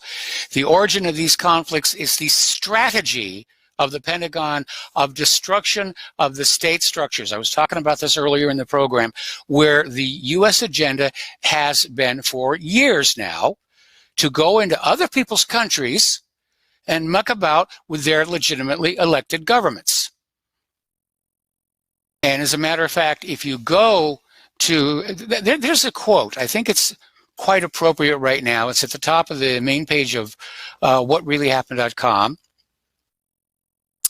And it's by Henry Kissinger, who said, and I quote, "I don't see why we need to stand by and watch a country go communist due to the irresponsibility of its people. The issues are much too important for the Chilean voters to be left to decide for themselves." And this is what led to the overthrow of socialist president Salvador Allende in 1973. Now, here's the situation that's going on. Those voters wanted to vote themselves better lives. While the money junkies wanted to simply vote for more loot and more plunder and greater riches for themselves. That's really what the war is about. Now, at heart, I'm an old-fashioned capitalist. But if I am forced to choose between socialism and fascism, I'm going to go with socialism. I don't want to have to make that choice, but I have been thinking about it. Okay, apparently, let's see, story out of Investment Watch blog. The corporate media is committing active sedition, marching America into impeachment and nullification of the 2016 election. And I read another article the other day that said that may actually be the plan. To get Donald Trump out of the Oval Office, declare the 2016 election completely irrelevant, and install Hillary Clinton without even having a new election. All right, we're going to take a phone call here from David in California. Aloha, David. Thanks for calling in. What's on your mind? Who's your daddy? How you doing, Mike? I'm doing okay. It is so cold here. I'll bet. You know, it's probably 70 degrees. You're just not used to it. It is, in fact, he said, turning the little dial. It's actually about 44. Ooh, it is cold. Hey, I just wanted to make a correction here on something you said about 5 minutes ago about the debates, because you said, hey, the gloves are off, they're really battling it out and all that stuff, and it hasn't even started yet.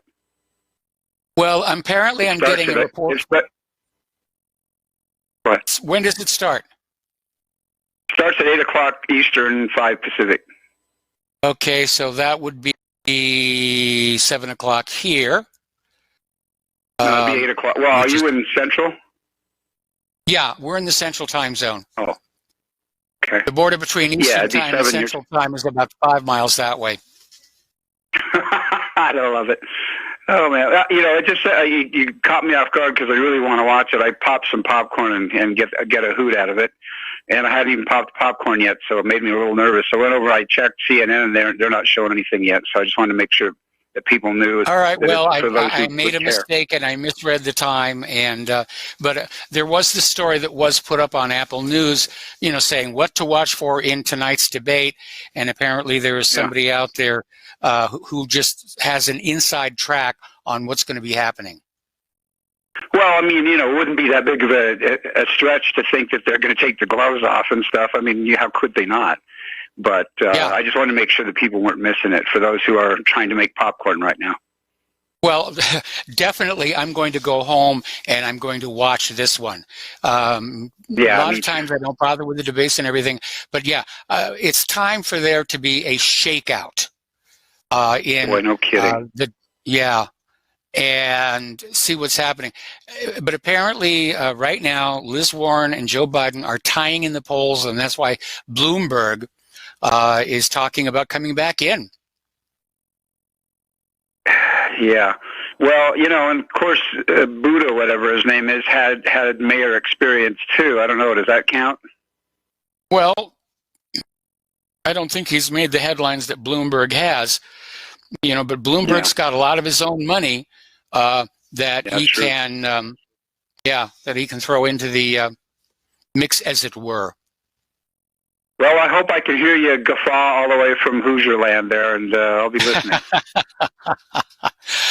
All right. Well, it will be an interesting show. What can I tell you? And tell Claire hello from me. We really miss her on Fridays. Okay. Well, you know, we had to leave my office and my studio to last, but it's going to get done this weekend. I'm actually going to be using this setup to broadcast from our domicile tomorrow to make sure everything's working. But we've hired a neighborhood kid who's going to come on over and just help get things unpacked. And I'm just praying, even though I'm an atheist, that big computer of mine and its monitors all come up and it all starts to work here, because we did lose and have wrecked a lot of equipment in Claire's office, and it is. This has been a horrible experience overall, and I'm just ready for it to be over. Well, I am too for you. I really feel we feel your pain, and thank you. And you sound great, man. I hope you're you feeling as good as you sound, because you really sound wonderful. All righty.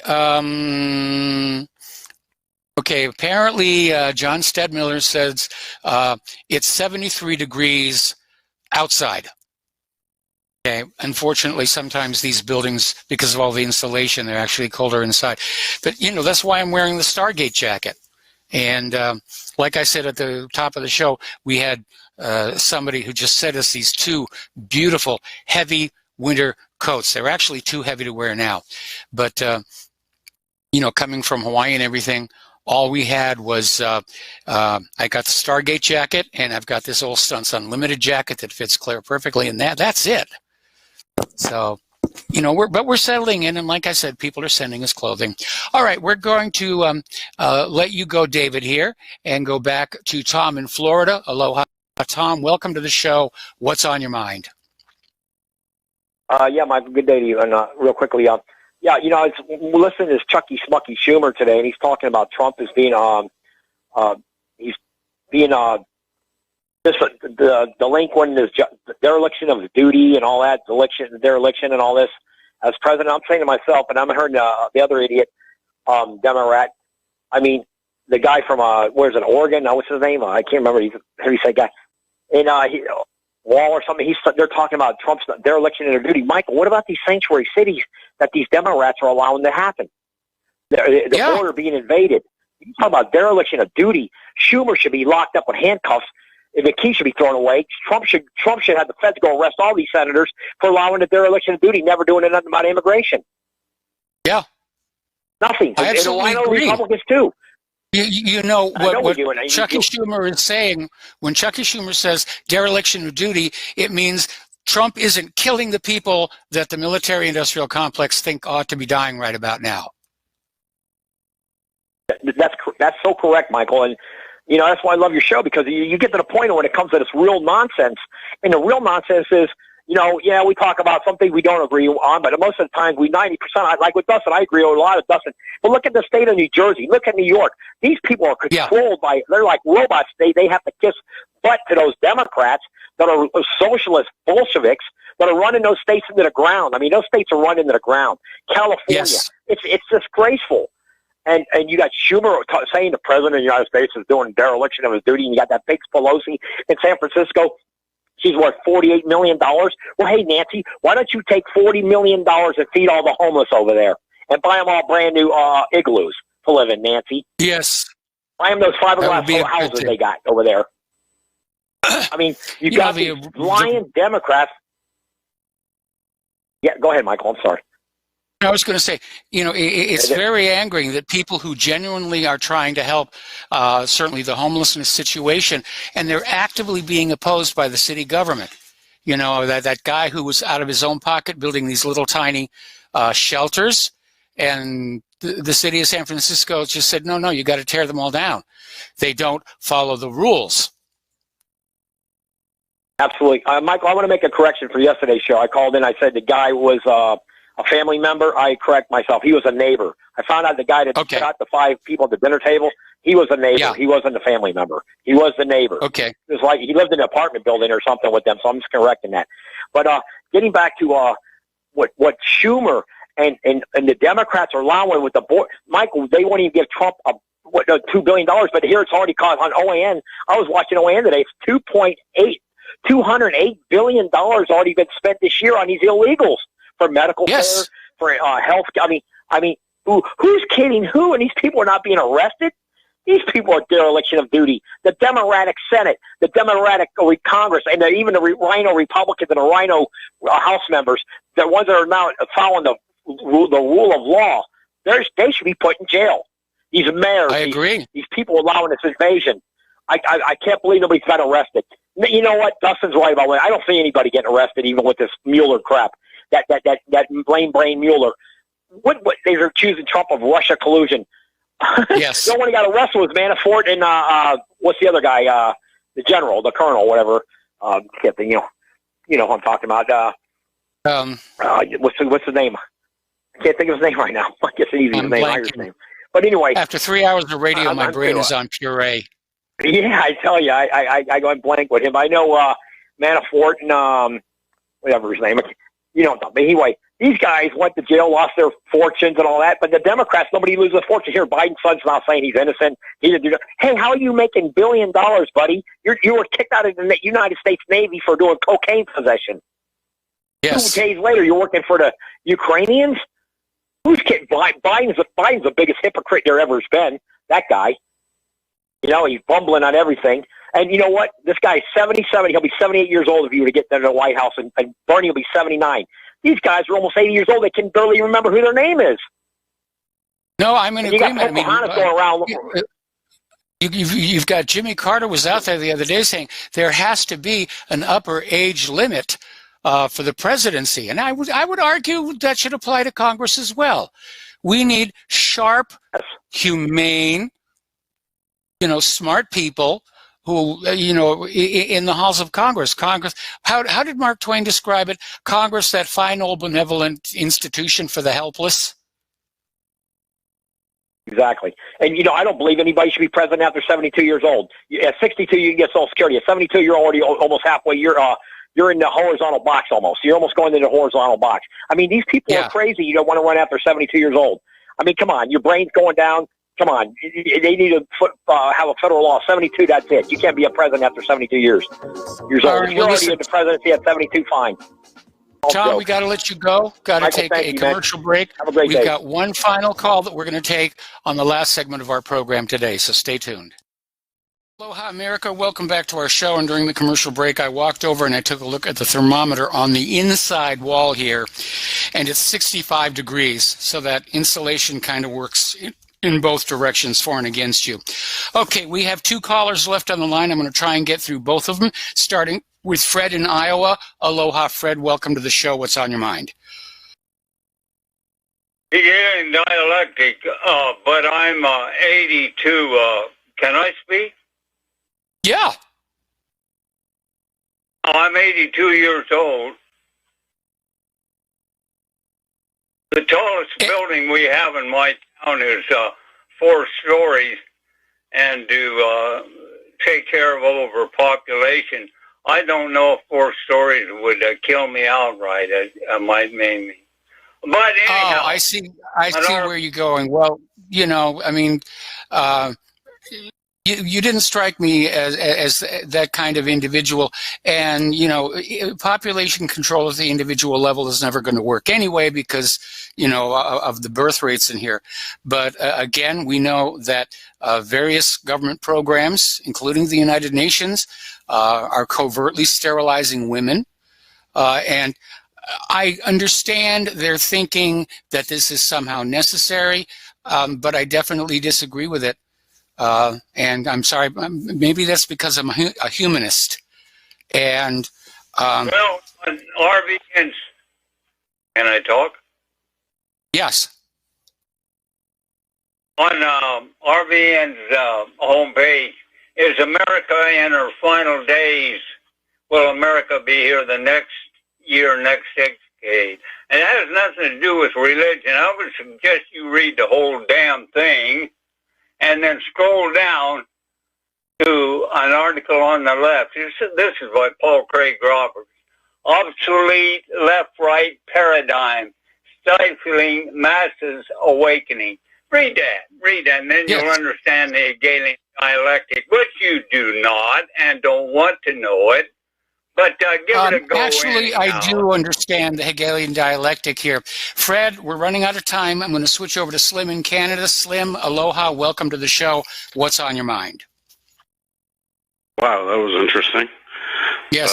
Sorry. Hey, Mike, I called earlier, and I'm just here to call back because the reason why I called mostly is because, as I was said before, there's a lot of fires happening in Lebanon.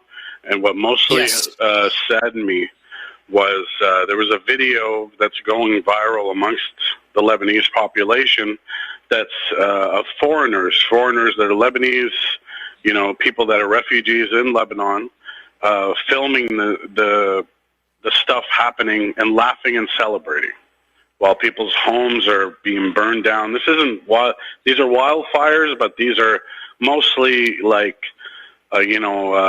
residential areas, people's homes, and a lot of infrastructure that's being lost and burned down, unfortunately. Well, it is unfortunate, and having been through a house fire myself in my youth, I can empathize with what they're going through.